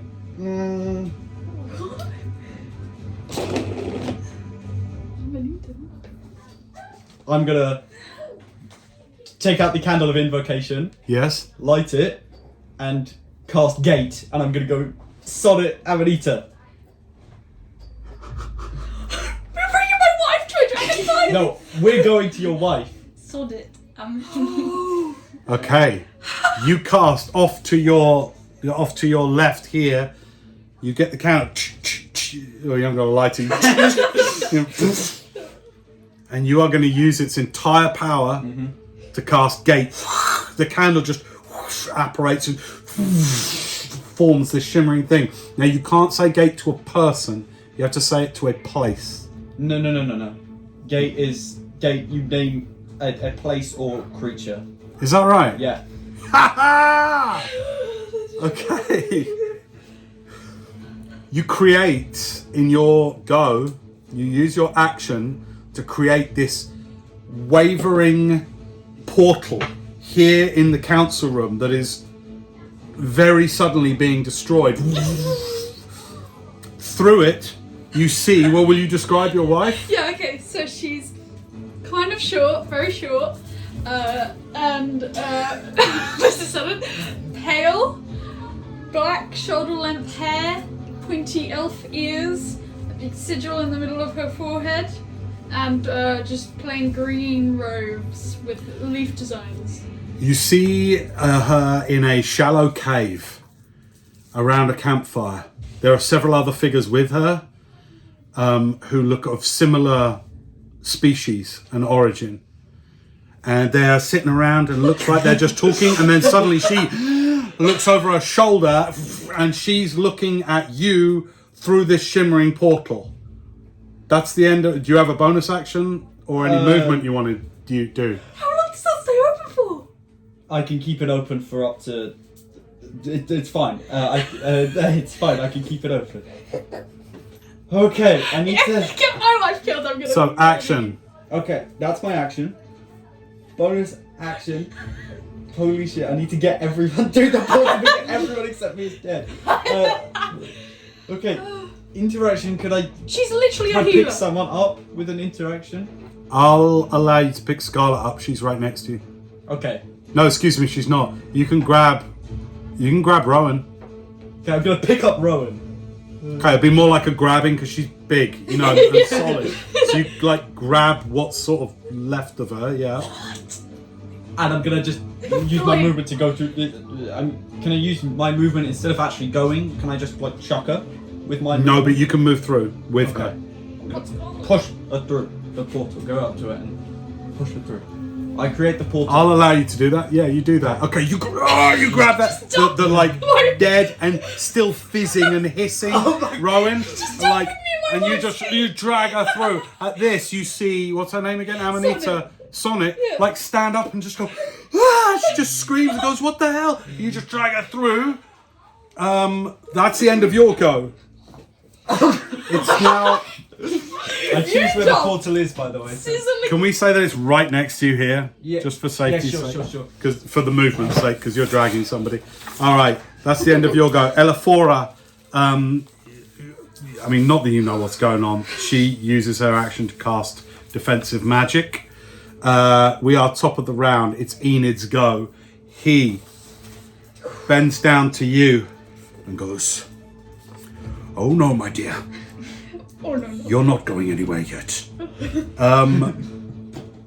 And restores You dumped a sizzling wipe at her waist. healing touch, 40 hit points. You get 40 hit points back. You're at maximum hit wow. points. Do I get rid of this? Yeah, you're back. Yep, you're absolutely back alive. Literally, you feel in your last moments as if you were slipping away, and then truly warm, good energy surges through you, and you're and like gold light shines over all of you. All of your wounds close up. Everything is gone. And he goes, "You're not going anywhere yet, my dear. Now get through the gate. Get through the gate. Don't ask questions. Just go." Do you do as they say? I guess so. Okay. All right. So you two Wesley. Wesley! go through the gate. I need to get. No, I need my grandson. At this, Arthas is going to cast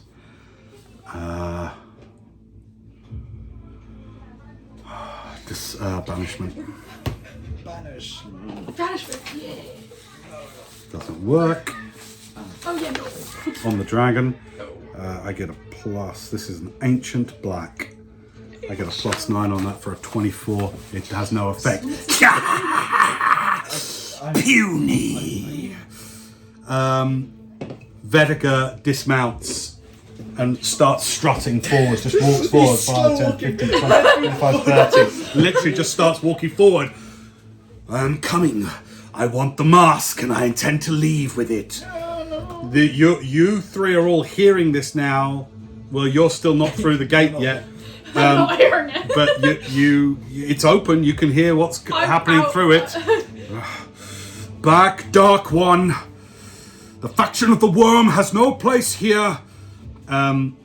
It's the dragon's go again. It's just going to come through and do structural damage. So it's going to do here. You just start like caving in the whole thing. So the rest of the dome starts to fall down. Rowan, it's your go. Death save. You are, death save, please. That's a success. Okay, 1 success. Sonnet is immediately upon you. She's a healer. Yes, I know. Okay. Scarlet, you find yourself it's so bizarre. You can hear the battle and the masonry falling and the blocks of stone, and yet where you are, it is also this beautiful, cool, calm twilight night. And you find yourself overhead. You've just been brought back to life, and looking down at you, smiling warmly. Enid says, "You know, you're not going anywhere just yet." And above you, there is like a mossy overhang of rock, and around you, there is the sweet smell of petunias and snowdrops, and there is a fire crackling nearby, and there are shocked sounds around you. Do you want to do anything in this round? Where is the gate, like up, or is it It's sideways? a magical portal, so it's like a wavering in space and like a time. doorway. You know, it's Just just like a magical 10 doorway. feet tall, 5 foot wide. So I can't see through it. Yeah, or- Yeah, you can. So it's like the one in, and it's not the It's same like the thing, portal but- gate. Yeah, You know, exactly. In the movie. Yes. Okay, so I can see what's going on. You can absolutely see what's Can going I on. not throw anything through it or You can anything? do whatever you want. It's your go. What direction is it facing? It's facing. You just So see it's me. right there. So As I you see can't through, actually- I'll tell you, as you see through, you can see everything that way. You're looking for it that way. If you poke your head through it, you can see as much as you want. You see We're trying to get out Wesley, of here. you see Wesley down here. You could run and retrieve him on your go if you Oh, want. you can drag him. Yeah. I think I'll do. Hang on. 5, 10, 15. Yeah, you could. But is whole person like picking them No, up no, and no, then no. floating, or is No, that that's okay? freezing. That's Okay, telekinesis. I'll just. Where am I? You are not here. No, You're wait. in another realm Okay, here. well, just pretend. But this you can is- come through and get him. Yep. Yeah, like around that. there. Great. All right, you drag you drag the dead body of Wesley through. Okay, great. You drag him back through this magic thing. You're like freaking like, what the hell? It's Wesley's go for another death save for Wesley. Wesley. That's a second failure. Oh, It's alright, I'll get them back. Oh, my- Wendell, it's your go. Okay, You're still in this room. the others are fine. I go. Enid, last chance. I'm You dropping. see, as you're there saying Enid last time, you see this black figure just slow walking, looking at you directly. Give me the mask. I just chuck the mask through the portal. You chuck the mask through the gate. And what are you doing with your action and bonus action? I'm gonna this round? say interaction. Enid, last chance. You got to get through now. I'm dropping it as soon as I get through, and then I'm gonna. Obviously, I say that in my voice. And I'm just gonna. Oh my Go, god! my boy. I need to help here. I will find you. I go. I look at the rider. Look for me on the morning of the... No. I look to the rider and I say, Close it. "You'll never find it in the 9 hills where we're going." Okay, you run through the portal. Woof. You're out of here. And at that you hear... There is a crashing. I just drop and you off. just... The last thing you see, just as the gate thing, is Enid's face looking through. This is your quest. Be brave. And it is out. You are done. And that's where we're going to leave it.